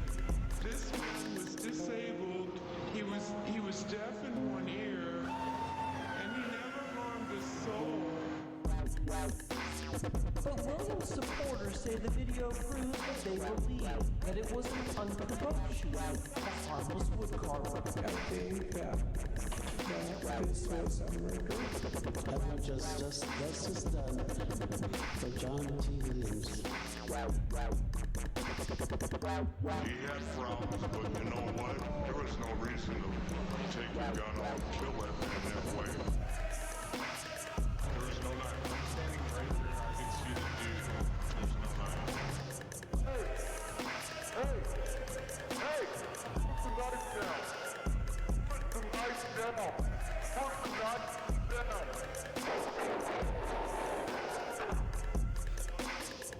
Later, fellow officers talked to Burke out of the camera's view.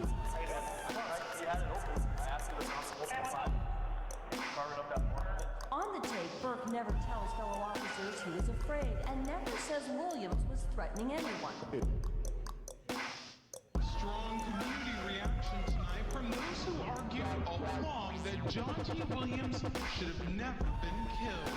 If you spent 5 minutes with this man, you would have never gotten any information that he was violent or could hurt you in any way.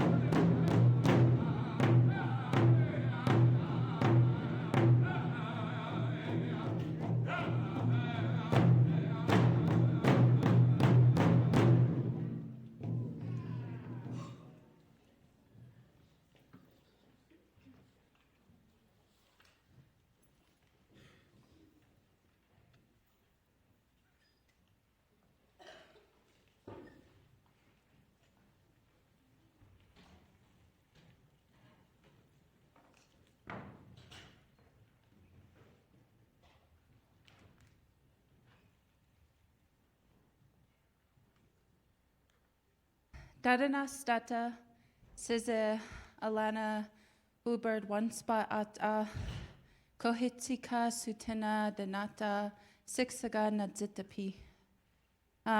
Good evening, everybody. I'm so grateful to have you all here tonight. I am the creative director of the show, so I've just been running around. I'm kind of out of breath because I've been going up and down those stairs.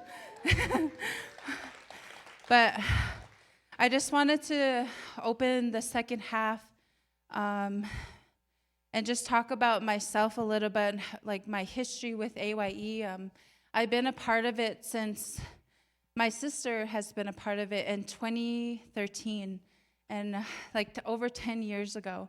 And I joined in 2015, and I was a part of it with my niece. Sorry. So I wanted to do this tribute for my niece, Sarah, and she had passed away this year, and she was a part of AYE when I was a part of it. And I felt the need to honor her in this way because she was a huge part of a youth explosion. And she was a beautiful singer. She was really funny, and she was really beautiful, and she had such a bright soul. And I'm really missing her. And I just wanted to share this this dream that I had of her last week. And her mom and her dad and her family are here. And I had a dream of her, and she was singing, and her mom was there too, and her mom had really long hair, and I just remember we were just all with her, and she was happy, like she was in a good place, and I feel like she's in a good place right now, and she's probably here with us tonight. And I wanted to show you her wisdom story that she shared with us in 2015. And we're also going to show her performance. And she sang a really beautiful song. And yeah, I just wanted to open this up in a good way and just ask that you all take care of yourself if you get triggered, and that you be gentle with yourself, because it is really hard losing somebody, but it's also very healing. And this could be a healing moment for all of us that have gone through this. And thank you so much. See you, Gus. And we're gonna start the video soon. One word I would use to describe myself is a singer. It is important to be a singer because I can express myself. The world needs people who are singers because they inspire us. A time when I was a singer is when I'm in the shower, at home, in my bedroom, and in the car, and the music's all the way up, so nobody can hear me. And what helped you to become a singer? My iPad, listening to music all the time. Excellent. Who helped you to become a singer? My dad. Me become a singer when I was younger. I used to listen to him sing, and it inspired me a lot, so I wanted to start singing. Can you tell me about what your hopes and dreams for the future? Is to become a professional singer and help all the little kids hope for a better future. What I would do to achieve my dreams is keep practicing.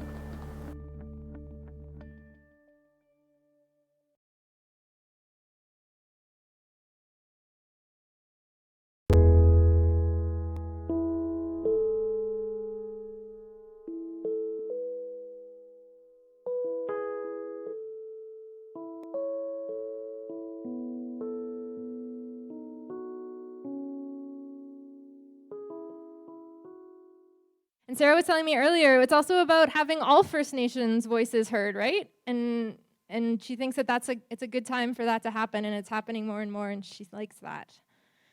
You ready? Deep breath. We have a recording of Sarah's song it's Sarah singing on the recording, and she's going to sing along to it. But this is the first time her recording's being played, and the first time that she's singing. Ready? Let's give her a round of applause to start.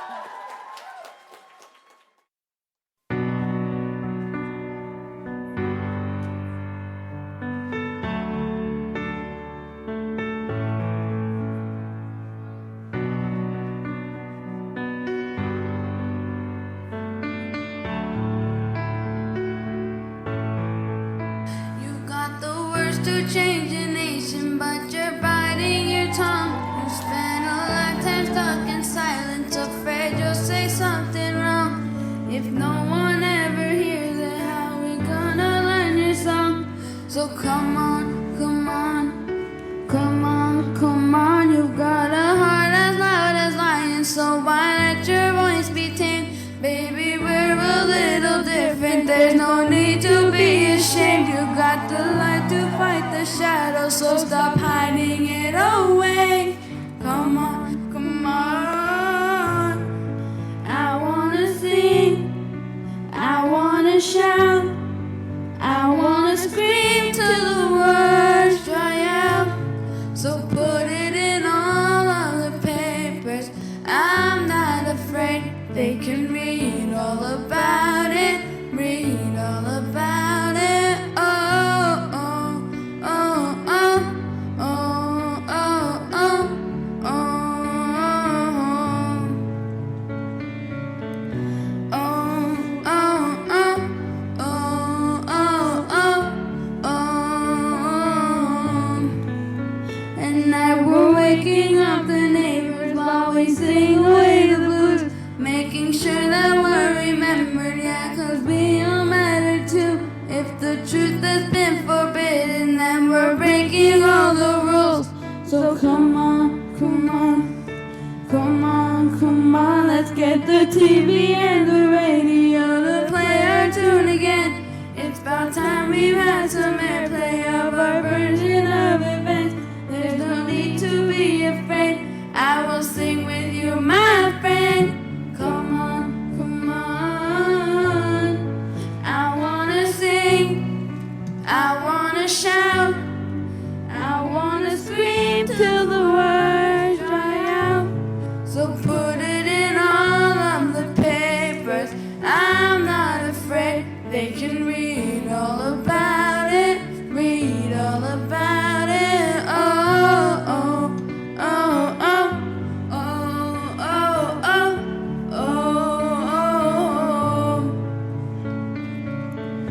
Oh, oh, oh, oh, oh, oh, oh, oh. Yeah, we're a wonderful, wonderful people. So when did we all get so fearful? Now we're finally finding our voices. So take a chance, come help me sing this. Yeah, we're a wonderful, wonderful people.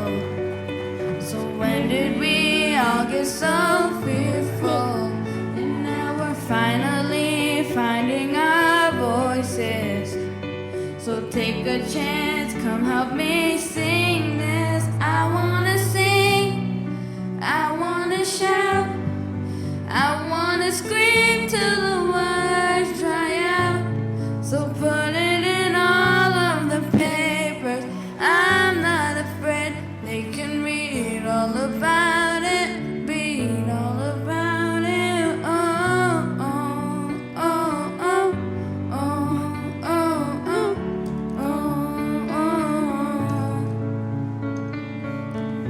oh, oh, oh, oh, I wanna sing, I wanna shout, I wanna scream till the words dry out. So put it in all of the papers. I'm not afraid. They can read all about it, read all about it. Oh. Thank you.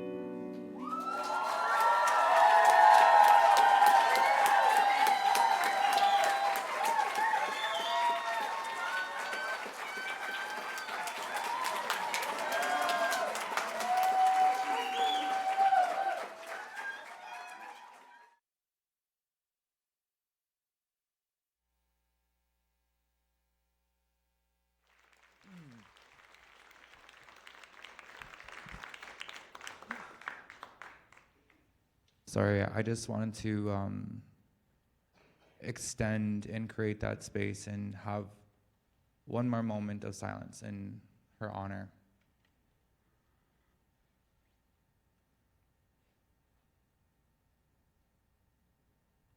Hi, Nanaskaman. I appreciate that. So, welcome back, everyone. As the videos that you have just seen, it's a really, really great example that even though we leave our physical existence, when our time on earth is done and we leave this body that we were gifted, it still goes to show that our spirit, our memories, our gifts, and our story still does live on, and our stories are told. So never forget the value of each and every single one of you in this room who has that story, who has a gift, who can carry that forward and pass it on to your kin, and as such, throughout the generations. So up next, we have a group of boys from Minithini, there you go, I got it, from Territory 7. So their group was formed in 2018, and they have made great memories since playing together. But unfortunately, in 2020, they did kind of came to a halt. However, that did not stop them, and their resilience continued as well, and they came together, and they played stronger than ever. So their inspirations include Kings of Leon, as well as their fathers, who are also well known in the community as musicians. So with that being said, give it up for Light Rose.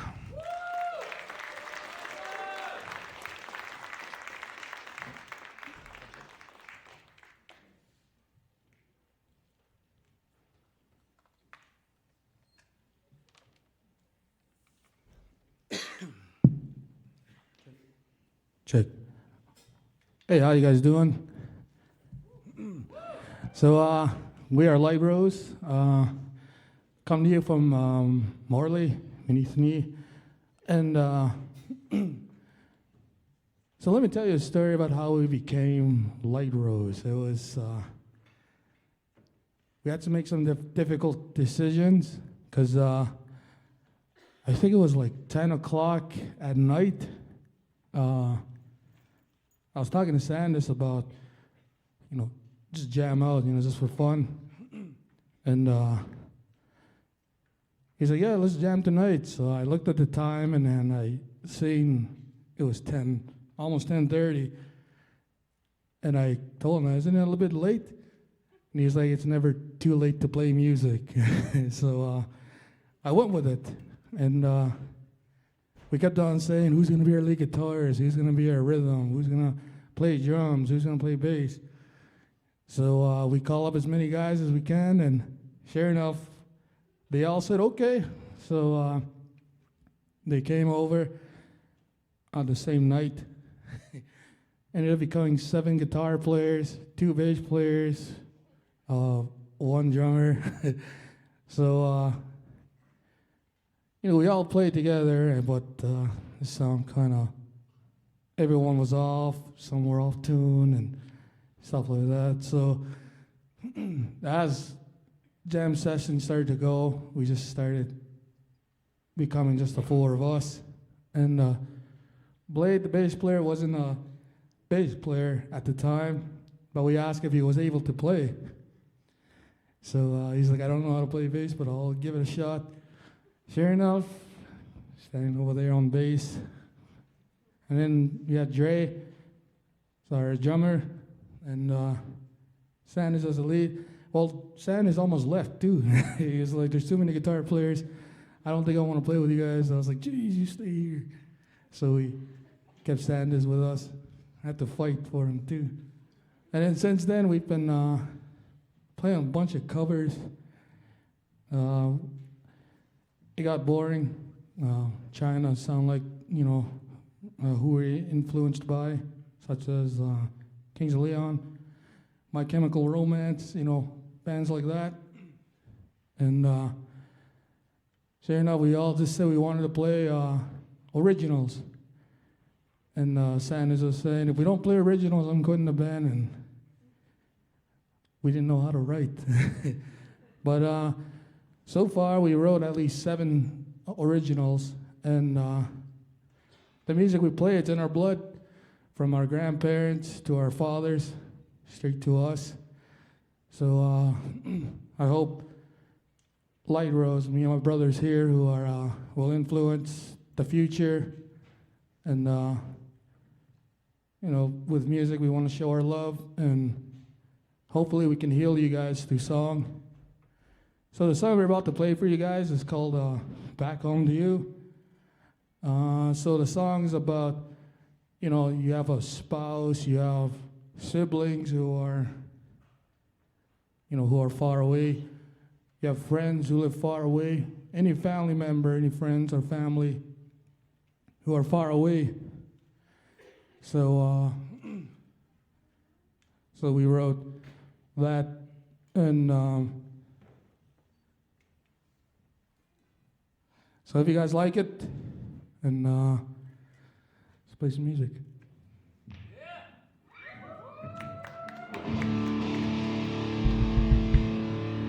So the music we play is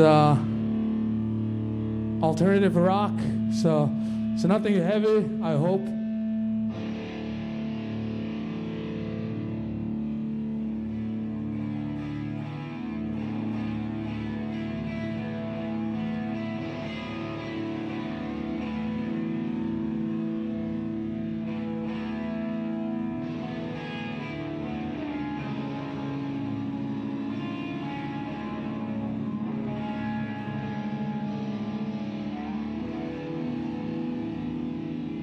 So one more thing, I want to send my prayers and condolences to Graham, and I want to thank all the other artists and people who came and showcased. Thank you guys for having us, and give them one more huge round of applause. Woo.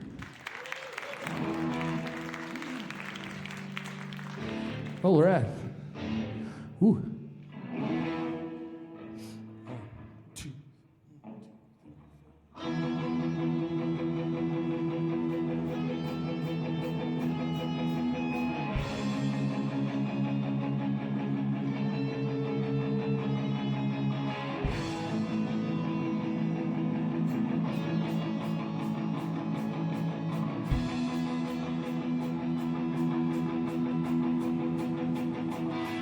Teardrops falling on my bed.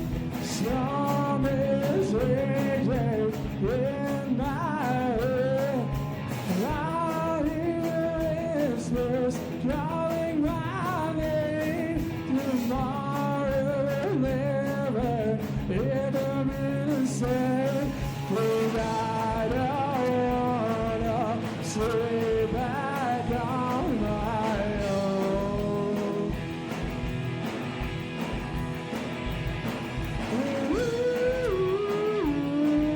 I'll tell you to try to make it my way back to you.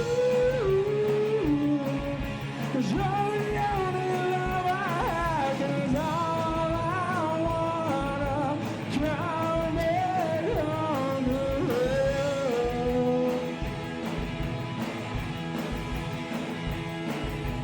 Many days and many nights, how much I wanna hold you tight.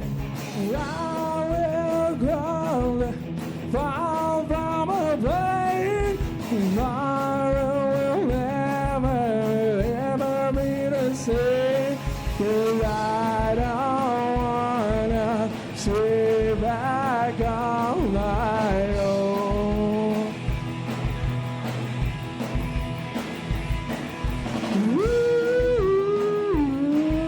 I'll tell you to try and make it my way back to you. 'Cause you're the only love I have.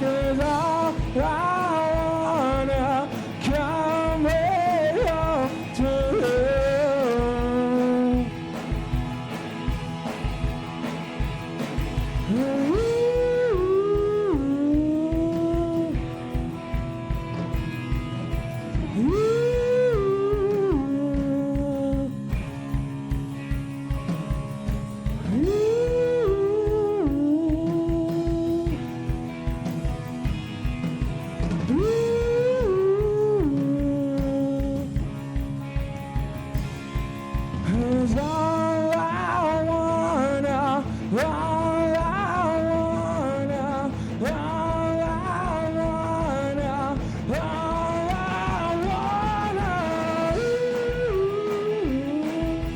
taking a train, making my way back to you.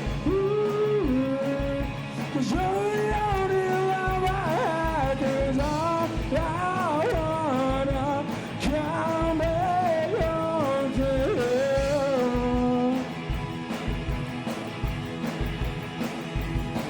'Cause all I wanna, come back home to you.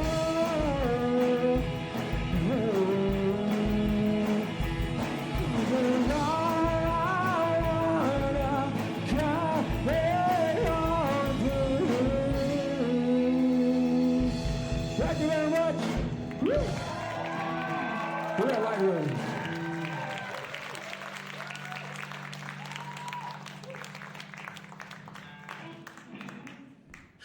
We only got 3 t-shirts. We're gonna toss them all to you guys, so who wants one?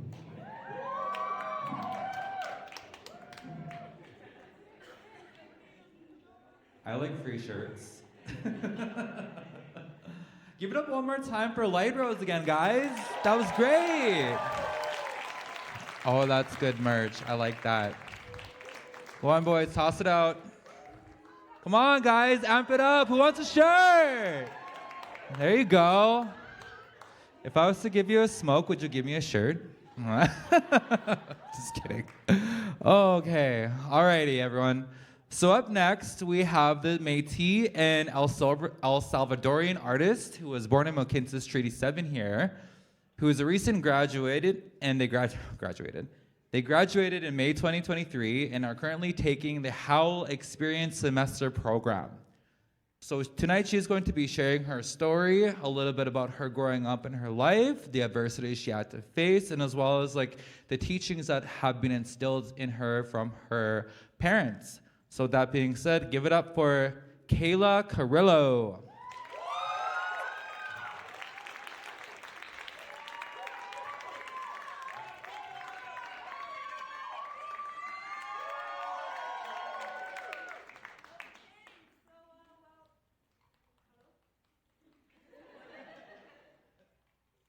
One working?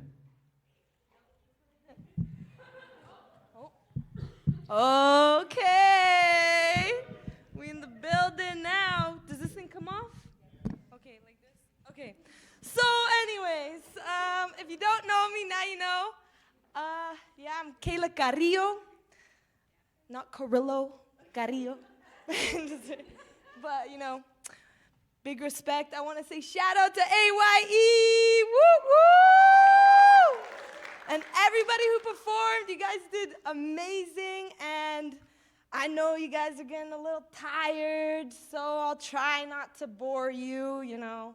But yeah, so people that do know me know that I do things last minute, and I'm talking like 1 minute before. So I actually didn't rehearse today. We didn't get to that part, but you know, let's just hope it all goes good. I do have a slide. I hope we figured it out. So, yeah. Woohoo! Yes! Okay. So we're doing good. Yeah, so I didn't do like a whole big intro written down, nothing like that. Yeah, born and raised in Calgary, Alberta. My dad's a Salvadorian. We'll get into that. I did want to say a bit about Howl before diving in, because I don't say anything, actually. But it's a really cool program that I'm actually taking right now, and in the process of like creating my own action project that I've like always wanted to do. And I grew up in Forest Lawn, Calgary, and I faced a lot of struggles in my childhood, which we'll talk about. But I wanted to say that a big inspiration of mine and what I want to do in the future is I want to create safer spaces where we all feel like welcome. I'm actually take off my glasses because all I can see is the reflection of the light in my eyes. It's horrible. I'm a little bit blind, so I can't see your face. That's okay. So yeah, I want to create a project organization called K-Light nonprofit organization for gang exploitation education. I want to create safe space for youth experiencing gang exploitation in the sex trade and the drug trade and hard topics that we don't actually, or we have a hard time addressing because they're heavy things. So anyways, with that, I wanted everybody to say, when I say K, you say light. Ready? Let's do it. K. Light. K. Light. K. Light. Woo! Okay, so that's my dream. That's my dream. Butterflies are a big symbol for me. It represents new beginnings, growth, and so much more. But anyways, I know I talk too much, so let's get into it. So, life isn't always a one-way road. Yeah, let's put this down. Let me put this in here. Okay. So, life isn't always a one-way road. My parents are a perfect example in their own ways. I myself, without realizing it, I was walking in two worlds as a child. My mother, Daisy Hennessy, a Métis woman born and raised in Calgary, Alberta. Her reality is full of broken systems and unstructured routines, living day by day. Something that I took with me as a child living with my mother is the saying, home is where the heart is. Sometimes it doesn't always matter where you are or who you're with, but what you make out of the moment. My mom tried to leave the sex and drug trade, but has not yet realized that this has been her coping mechanism and is still struggling to escape. My father, Albercio Carrillo, has experienced different realities living in different parts of the world. He was born in Sinquera Cabanas, El Salvador, during the Civil War, forcing his family to flee. 20 years later, my dad found stability here in Calgary. The reality to be, to have, and to see starts with your mind.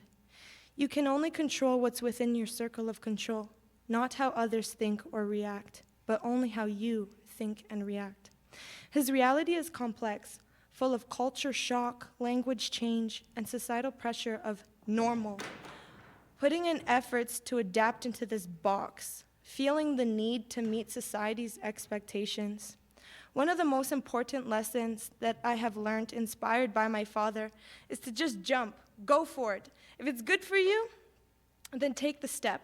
Because if you don't, it will slip away. And when you're ready, the opportunity may have passed.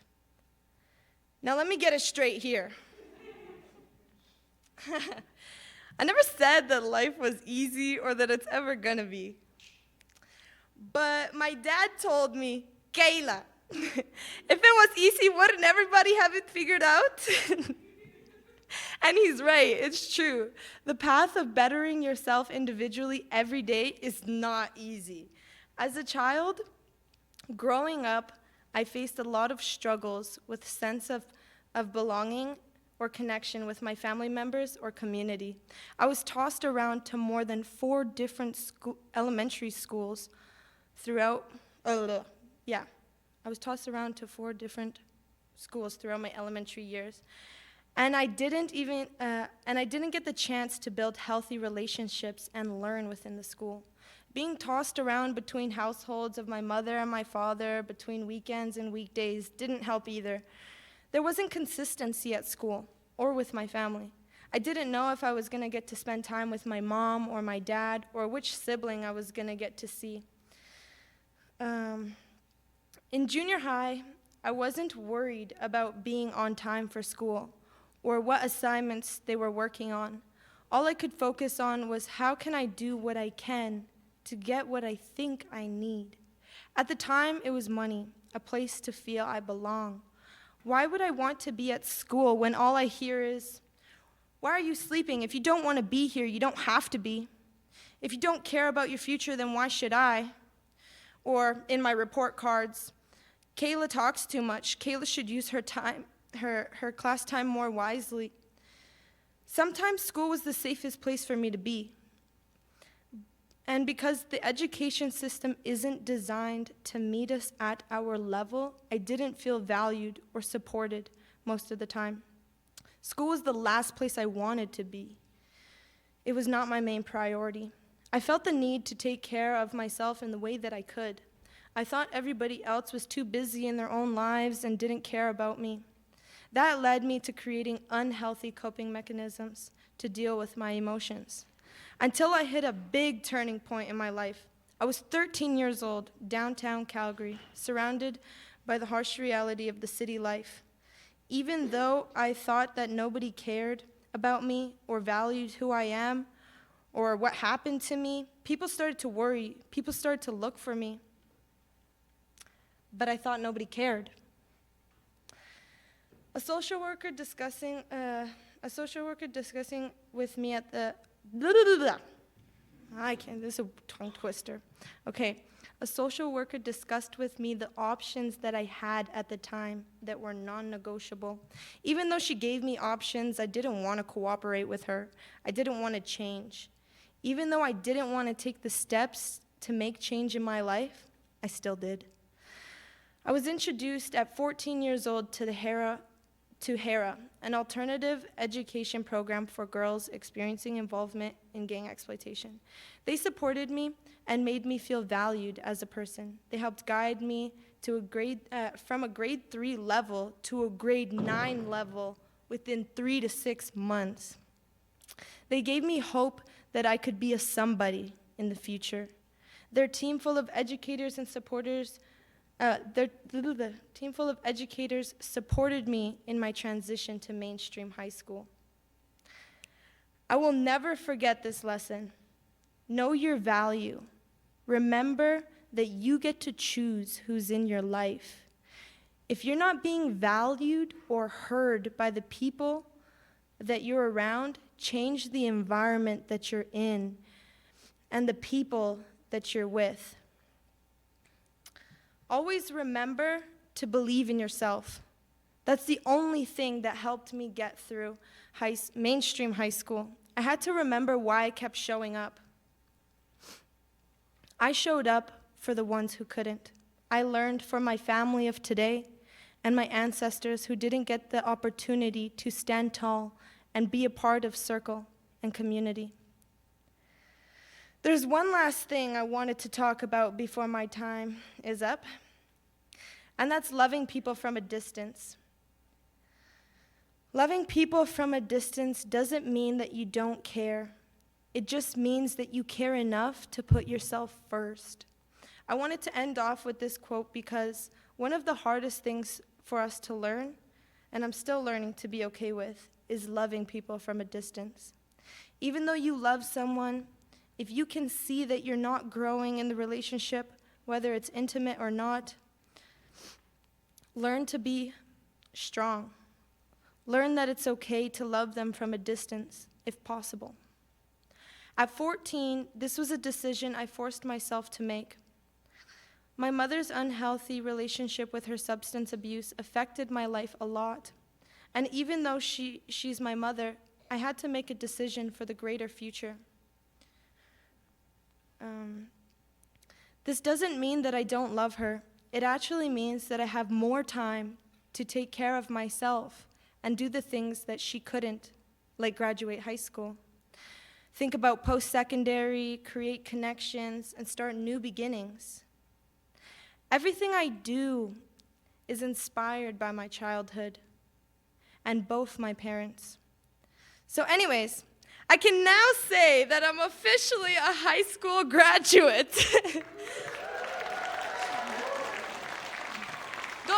Go back to that last slide if you know how. I wanted to just shout out to my dad, my supporter, my number one. He was my mother, my biggest supporter through everything. And I also wanted to say a big shout out to my sister, Bonita Carrillo. Woo! I know you're up there. I love you so much. And my sister played a big role in my life because my mother wasn't there. My sister was forced to take on those roles of supporting me and yelling at me when nobody would. So I just wanted to shout out to my sister because she's the one that dealt with me, and I'm pretty crazy, you know? Yeah, okay, so back at it again, let's go. Next slide. So wherever you are in your life, remember what I said in the beginning. Life is not a one-way road. Enjoy the journey, okay? Get connected, stay connected. And you can do my last slide now. And that's my info, you know, get connected, stay connected. I want you guys to check out my Instagram. I post everything we do with Howl. That's why I said live journey. My Instagram's CaseySparkle3. Please, if you have it, check me out. I literally post. Like, I do. Just kidding. So anyways, yeah, that's my life. That's my story. I'm sweating. And I have one more thing I wanted to show you. Last night, I drove in from Canmore to Calgary because I'm doing the semester program in Canmore with Howl. Long story. And I went and I designed this hoodie that I'm wearing right now. And I don't know if you can see it too good, but there's a wolf. Can you see it? A little bit? And that just symbolizes a lot for like Howl, myself, butterflies, and everything. And I just felt like I wanted to share that with you. But yeah, thank you very much for listening.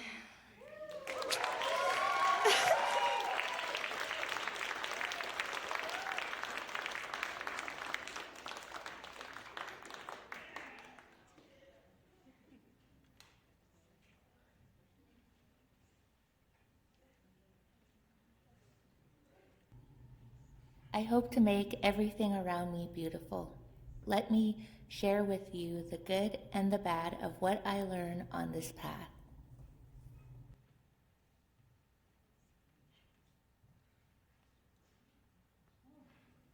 Hello. Okay, there it is. Right on. Okay.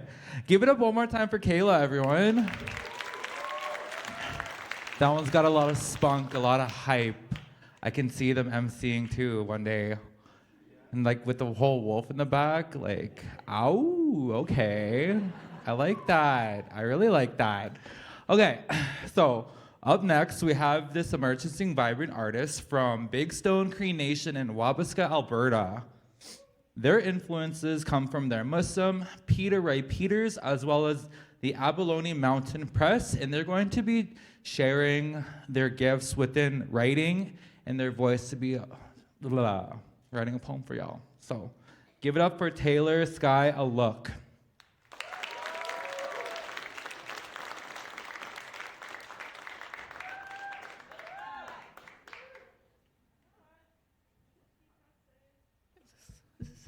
Okay, hi.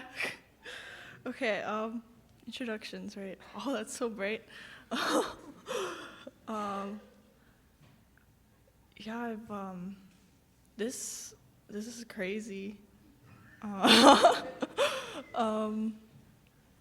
have been walking along like Western technologies and also rediscovering my culture and voice. And yeah, I wrote a poem. It's mostly an abstract poem. It's kind of an unfinished story. I wrote it in my program that I was in. It was Digital Dreamers through Momentum and Sate. Man, I can see like the veins in my eyes from the lights. It's weird.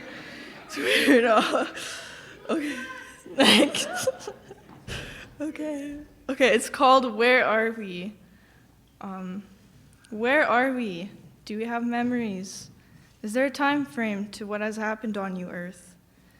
It was the humans who made the decision to destroy their paradigms. History wiped it all away. To further create creatures on a planet called love, to no longer produce themselves, as the humans were divided and glued by gender to make their own. These creatures will have senses, but no sense. Without air, there would be no fire, no warmth. The reality is that was fantasy, so is this. The elements have been lost, destroying themselves, leaving them astray, displaced in space, corroded by planet Earth's humans. Humans rely heavily on technology, electricity, machinery, money. There is no more. No more needing wants of consumerism, supply and demand. We need to find ourselves. Rocks vibrate. Water freezes in outer space. Without air, there is no fire. The humans destroyed themselves, thinking it would better their lives, harvesting, reaping what they sowed, and now we are all scattered. How will we go from nothing to something? We have been silenced by what they've bestowed. We communicate with cells, atoms, molecules. We will give this cat all memories of all on Earth, which they can imagine on our planet love we made. Dead planets, rebirth of spirit. No air in space, rocks vibrate. Without air, there is no fire. Argue about humans, love humans, but they killed themselves and others. Us, in return, we had to destroy ourselves due to their senselessness. This cat becomes the main species of this planet, who floats and cannot reproduce or procreate, as they have no genitals, but that does not mean they have no intimacy on planet love. To wonder what humans were like when they were busy with everything. To yearn for physical affection, the touch of a human, oh how death touched anything those days. You are immortal, cat, half blood, half machine. Death is another door that never shuts. You are infinite mirrors, limitless possibilities, and there is no shame in being. They play, knead, and dilly-dally dance as they have their own planet to love. Cats are sensitive to their fur fibers and utilize fur to offer the grounds in return. The elements feed them grass and honey. We are this cat's dream. It imagines. Thank you.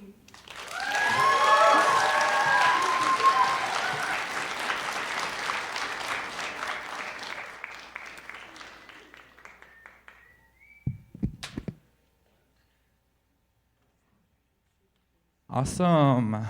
I want to try something really fast because there's a lot of poetry this evening. Can we all snap our fingers for that individual? Yeah, okay. That sounded cool. Okay, thank you. All right, so up next we have, their traditional name is Old Bull from Siksika Nation, and he is 14 years old and attending Arrowwood School in grade 9. So the things that they like to do and how they like to spend their free time is that they love their dog Judge, but also their biggest fan and also their inspiration, who they look up to most, comes from their mom. So tonight they're going to be performing a country song, and give it up for McKinley Travis Weaselchild.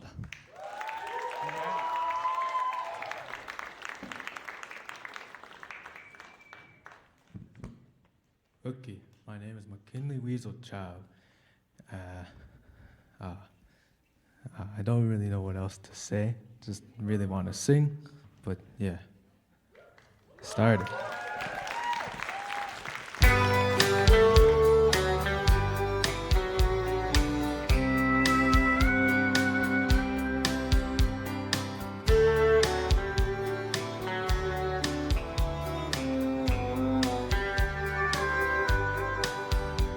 I knew the stakes were high right from the start.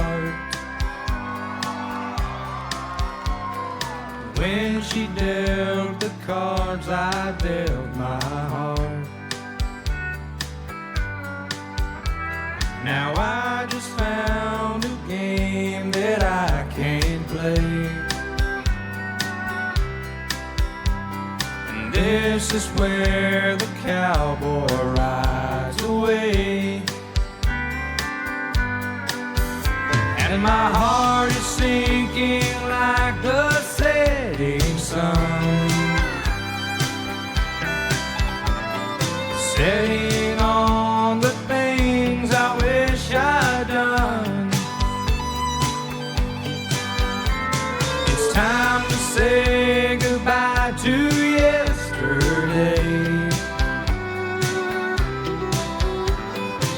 This is where the cowboy rides away.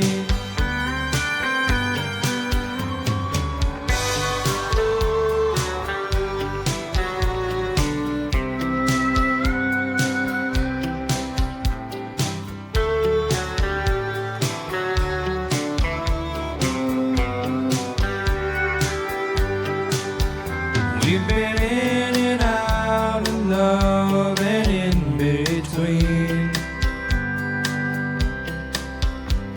and now we play the final showdown scene. And as the credits roll, a sad song starts to play. This is where the cowboy rides away, and my heart is sinking like the setting sun, saying on the things I wish I'd done. Oh, the last goodbye's the hardest ones to say. This is where the cowboy rides away. Oh, the last goodbye's the hardest one to say.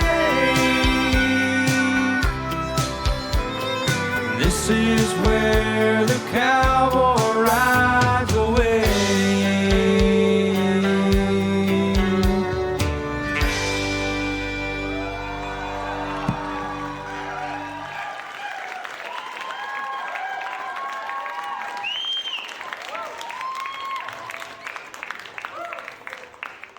Holy. Gonna give Ernest Munoz a run for his money. Give it up one more time. That was just amazing. Who knows, maybe one day we'll see him at Calgary Stampede. All right. So next we have a Blackfoot and Soto from Siksika and Kinistin. Soto, oh, I can't even read my own writing. Nation, okay. So tonight they're gonna be doing spoken word derived from lyrics inspired by NF. And a little where they got their inspiration from and their motivation and courage is from the strength of their family as they have endured hardships in the past few years. With that being said, give it up for Taivina Eagle Rib.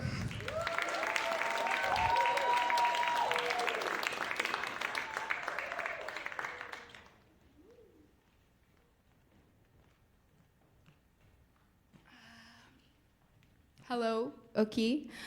Welcome, beautiful humans. My name is Anna Kamabukwe, translating to Woman That Transcends All Areas on Earth. My English name is Taniva Eaglerib. I'm Blackfoot and Soto from Siksika Nation and Soto Kanistin Nation. I welcome you all to this beautiful event representing as AYE. So, first off, I'd like to open up with a prayer. I believe it's powerful to set the intention, and so I do believe setting intentions are powerful. So yeah, we're just gonna get into that. I am reading something that I did wrote just because it feels a lot more put together, so I don't ramble. However, okay. First, I'd like to open up with a prayer. I call upon my positive spirit guides to lead this prayer with love, light, and joy. I call upon my loving ancestors, Ayu Apistaduki, Astuki Matsis, and all benevolent light beings. I call upon you this evening to serve only the highest and greatest frequencies to each individual attending this event, uplifting their mind, body, and spirit into a frequency of love, kindness to their being, light, and rainbow energy. So they may leave this event feeling any sense of positivity, release, joy, or community. That can also include feeling light, inspired, love, or joy. I can definitely say watching the performances before me inspired me to really speak my truth and to own it in a way that I didn't think was possible to enhance, but hearing everybody's story, it's like they have so much knowledge and wisdom, and they came up here and shared their hearts to me, and so I feel as though I can do the same. But yeah, thank you, Ayu Apasuduki, for bringing all of us beautiful humans together tonight to celebrate connection, community, and beautiful art. I'm so grateful to be able to share my story, as I hope it can be the inspiration or invoke the healing stepping stones in someone else's journey within the audience. With love, awareness of your own individual story, and most importantly, compassion to your story. So, this written expression was inspired by the NF song Change. Music has always spoken to my soul and has been there for me in times I wasn't able to express myself in my own words. As it taught me how to identify my emotions as I connected more gracefully to them with the help of music. Music allows me to process the waves of change more gracefully. This song has helped me through tough times. It's from my heart to yours, with the intention to promote any cellular healing needed within your being. My hopes is may the light in me that encouraged me to share this with you beautiful humans today ignites the light within you.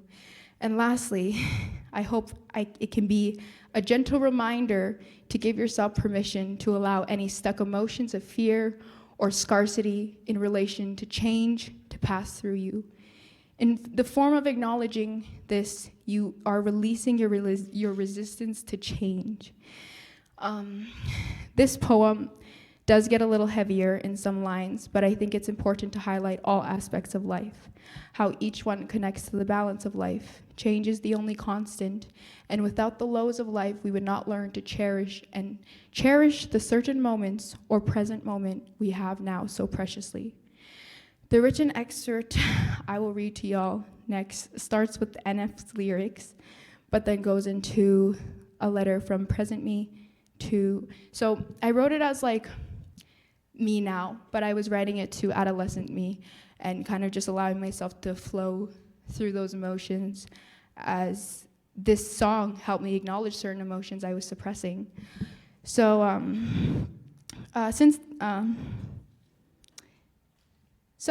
yes, okay. NF's lyrics, but then goes into a letter from present me to past adolescent me, and what's aided in my healing journey from being scared and constantly fearing change, which often left me stuck in the same place. I started my healing journey 4 years ago. Since then, I've learned a lot. One thing that stood out to me most is I cannot change the world around me if I'm not willing to make peace with the chaos inside of me. To uncover and heal it, it also meant to be okay to feel safe letting people in, which in the end was a great contribution to my growth. The end of my introduction, lastly, I would like to state one of my favorite quotes about connectedness. Only through connectedness to others can we really know and enhance the self. And only through working on the self can we begin to enhance our connectedness to others. This quote really stood out to me because I believe our connections and what we choose to connect with can influence our ideas and how receptive we are to change. So, thank you for listening. And without further ado, my written expert and share of NX lyrics. And then, there's gonna be like instrumentals. I also am like struggling with an asthma flare-up, so don't mind them.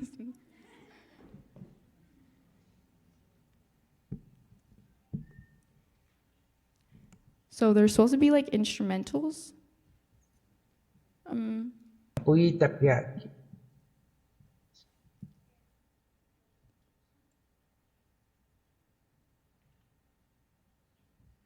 not too sure if they got it though. It's okay. If anything, the instrumentals are Change. It's on YouTube. It's by NF. Just the instrumentals, because I know when the beat drops. As the expert will be I will talk to you guys through, but I want there to be the very low hum of it in the background. So yeah, are we able to get that going? You don't have it? No? Should I like play it on my phone maybe? Yeah, that would work? Okay. Okay. Hopefully I can do that. Okay. See, because the thing is I written it this on my notes, so I guess I can just do it without the music then, although I feel it sounds nicer with it, which is kind of sad, but yeah. If someone has an extra phone they can lend me, then like, yeah, I can play it. Thank you. Thank you for that. I'm like sweating.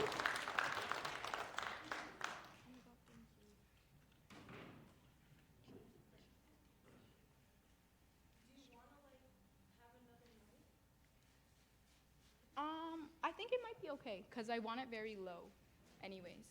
It's depending on how loud her volume is, so let me just see.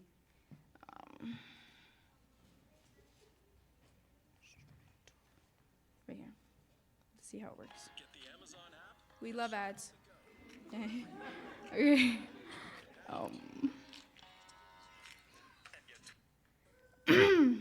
Okay. Can you guys hear it? Or should I turn it up? Okay. Is that good? Okay. Yeah, look. I don't do drugs. I'm addicted to the pain, though. Yeah, I've been on it for a while. Don't know how to put it down. Gotta have it. It's a habit. I'm a break, though. I just want to take a hit. Keep saying I'm gonna quit. Keep saying I'm gonna leave. But I stay, though. I just want a little fix. I don't want to take a risk. I don't like when I drift from the safe zone. But lately I've been thinking I'm gonna have to. Letting go of things that I'm attached to. World don't stop just because I'm in a bad mood. You don't know what love is till you're holding on to something that you can't lose. I swear I'm trying to get it together. Sleeves up, putting in the work, trying to be better. Moment I get up, I just want to know I'm doing my best. Just a second. Oh my God. Moment I get up, I just want to know I'm doing my best. And if I'm not creator, forgive me, you can have the regrets, because I feel the water trying to go up over my head. Most of my life, I always feel like I was holding my breath. Never enough, holding my chest. To be honest, though, I'm tired of it, looking for something in my life to be inspired again. I like to walk around and act like I don't know what it is, but I know what it is. I just never want to commit, running from change. Looking for change. Searching for change. Calling in change. With change comes grace. With learning grace, you have learned to let go of shame. Shame within the being, shame within the body, shame within the soul, cleansing the essence of the soul from any lingering, cleansing the essence of the soul from any shame, any lingering shame, which can be transmuted into grace. With learning grace, we can then learn to embrace change without suffering, change without limitations, change without pain, change without fear, change without judgment of our current or past selves. Change is the only constant in life, yet so misunderstood. It all comes down to this energy surrounding how one should feel about it, and making time to ask ourselves, what kind of frequency are we tuning into regarding change? Is it one of a lower or higher vibration? What are we choosing? And are we setting a shield around our energy field once comprehending the choice of choosing change? Choice of letting go of past self-limitations surrounding the idea of change. Letting go of the fear of change, the pain of shedding past parts of your being resistant to embracing change. Allowing changes within your soul so you may enhance your authentic self's choice to choose to embrace change. So your being may not be persuaded by your mind's own protective, patronizing, and pathetic programming that's telling you you are a pariah and a painful excuse for a human being. This is what's keeping you and allowing you to be comfortable within your bubble, keeping change out. Let go and shed the protective narratives, as it's what's keeping you from life's pleasures, passions, and your own inner paradise. Embrace the beauty of choice by choosing change, and with that you can let go and allow a new range and embrace all your strange emotions rather than allowing yourself to gracefully disembrace the change that comes along. But when you allow yourself to gracefully embrace change that comes along with the choice of to choose change, you then can embrace the strange within you, allowing change to flow through you. Change is the only constant in life, and shame serves no purpose. However, grace is the reward of learning to transmute the energy of shame. And it's when we allow ourselves to let go, then it becomes easier to welcome and integrate change after change. Learning from that same past programming which taught you to hide your light instead of letting it shine bright. Hi, thank you to each and every one of you beautiful humans for coming out. Thank you for bearing with me for all the technical difficulties, and my phone kept locking in the middle of me reading it, so that was fun. Thank you so much for all coming out. I really enjoyed this experience. And yeah, I'm gonna go enjoy some fresh air because it's super hot. But I'm gonna hand the mic back to Chase, wherever he is.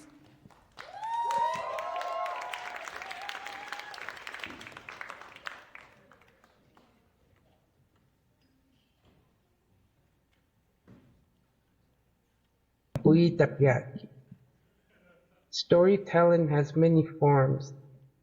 In our legends, spiritual stories, our history, our names, landmarks, we use these stories to teach our children our language. Etsinixini ikakomianisti, akeitapitsinixist, kitatsimu ikannonisti. Iskuhtik mathteitsiniki, itintikaasiminonist, matsitsinikaasi, kiamusti amianisti akeitapiskusi, kaneitsinikaasi. Ihtohkuikiup atsinixini, itesksini maatsaikukusinoniksi, itsipuhsinnon, siksikeitsitapipuhsin.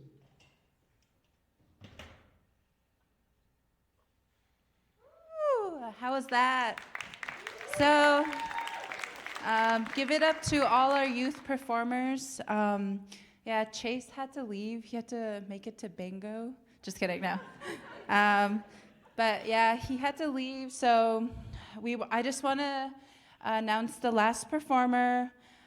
It was a last-minute performer, so they flew in on her horse, from Mohkinstsis, Alberta. She's a little resi, a little sassy, and somewhat classy, and goes by the name of Rose Courts. And she wants all of your treaty money. Again, her name is Rose, and she came here to slay.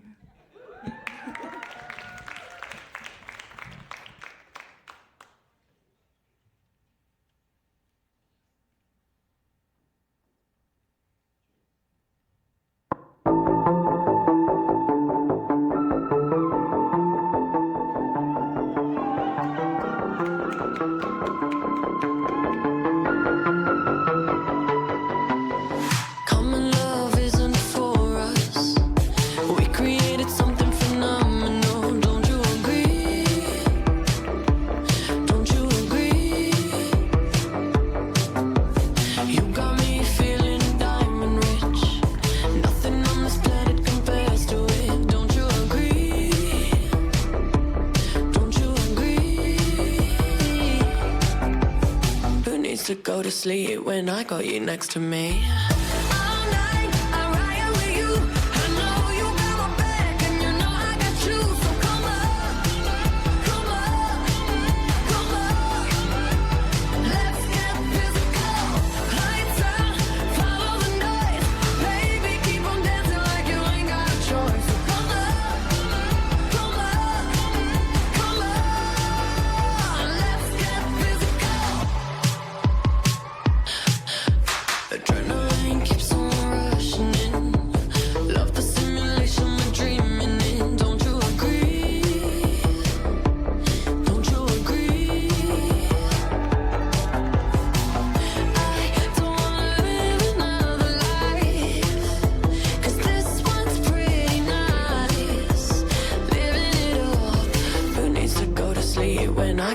To me.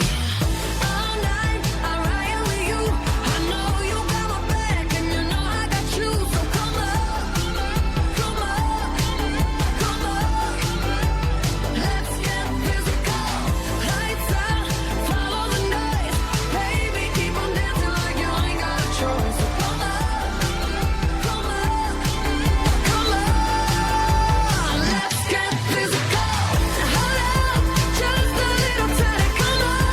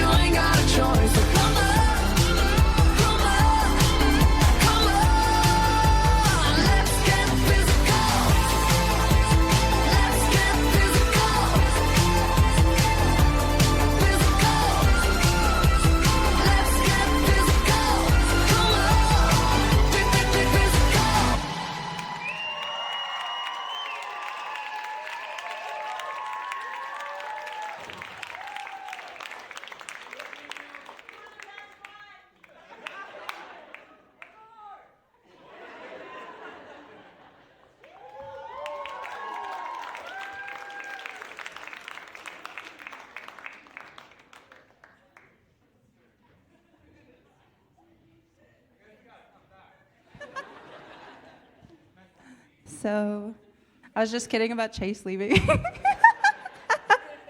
He's back. Just kidding. So there you are. So this is our other creative director. We both put this show together, and it was really amazing to work with everybody, and we just want to thank you for coming. I want to thank all of the sponsors, all of the support, and the people involved. And I'll pass the mic to Disa. She wasn't lying, there's so many stairs. I was up there all evening in the sound booth. But yeah, for those of you that don't know me, my name is Disa Crochief. I'm from Siksika.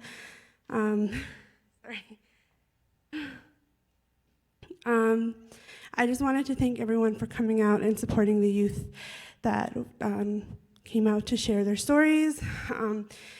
We had a bunch of workshops leading up to the event just to create community and really support them and celebrate them and all that they've done and just them being who they are.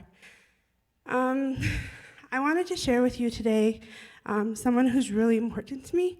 Her name is Lillian Crochief, and that's who's on the screen right now. She was a big supporter of me. I told her when I very first started with AYE in 2017. I think she was the first person that I told. And she reminds me a lot of the stuff that I do and how I make decisions and how I treat people. Sorry.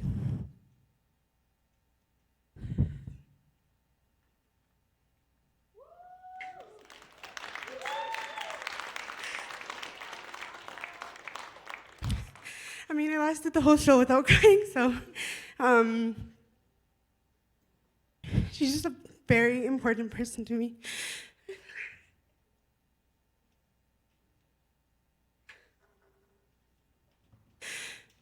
I don't think that I processed sharing her with you guys today until now. We have been very busy, so this is the first time that I'm sharing her with everyone, and as hard as it is, and as hard as grief is, I'm thankful to have known her and for her to have been a part of my life. And the way that I see it is if I have to live and exist in the universe where she no longer exists, then I wouldn't wish this heartbreak away and I wouldn't wish this pain away because she's such a valuable and important person to me, and I have a lot to be thankful for her. And I also just wanted to thank the presenters again for sharing their stories with us. I have a lot to be thankful for to Canada Bridges as well. I started my whole journey and my whole career and the work that I do with their support and being involved in AYE. And that has led me to co-found 7Gen, which is an Indigenous Energy Summit that has gathered a lot of people across Canada from every province to learn about energy sustainability and the careers that are possible for our people. And right now, I am working within the University of Calgary, within the Civil Engineering Department as a community researcher. And I just finished a contract with Waterlution as their Indigenous Youth Consultant for their Water Innovation Lab that was just hosted a couple weeks ago. And these opportunities I'm sharing with you all because that's the importance of believing in our youth and investing in our youth and remembering that we're allowed to do things differently, and a lot of our growth comes from unlearning stuff that we've learned before, and especially the amazing and brilliant fact that the youth aren't our future, they're our present, and they belong in every space. And so I just wanted to thank you again for being here and for celebrating them with us. Thank you.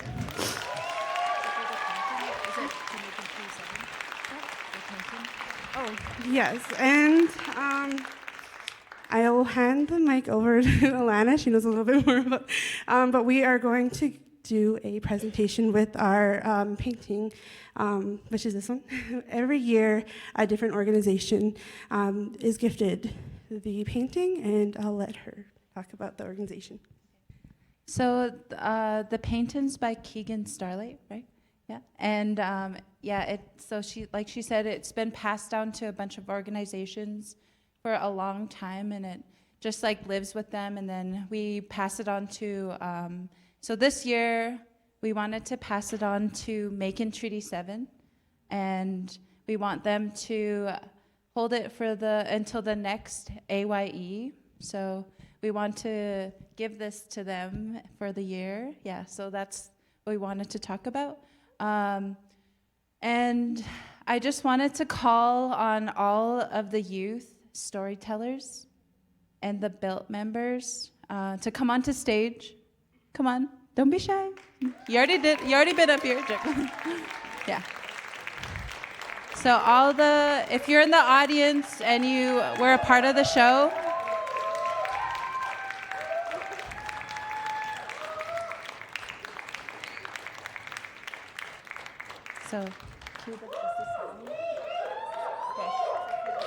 So cue the song, and we're just gonna do a final bow with everyone, and I just want to thank you all for being so brave, and thank you.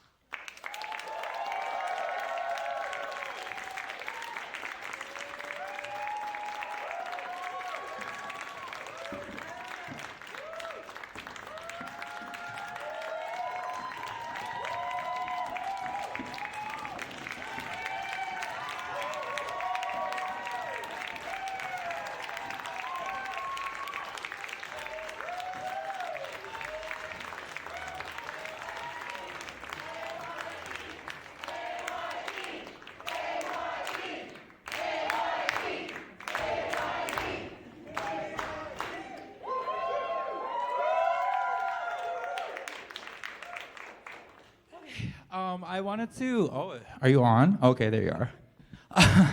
One last thing before you all decide to leave. For those who have, I'm sorry, this is the first time I performed in these heels. Oh my God. One last thing, so any photos or videos that you did choose to record and take pictures of tonight, you can upload it and tag it on socials via Instagram or Facebook and hashtag Canada Bridges AYE. Again, that's Canada Bridges AYE. We really appreciate the shout outs, really appreciate the social community online as well. I'm really out of breath, so I'm gonna pass this over here. I just wanted to also give a shout out to the artists that are in the exhibit. So we had a lot of young artists made paintings or different kind of media. So if you could see it out in the lobby, so check it out, and don't forget to write an encouragement word on the trees. Thank you. Thank you so much. You can go home now.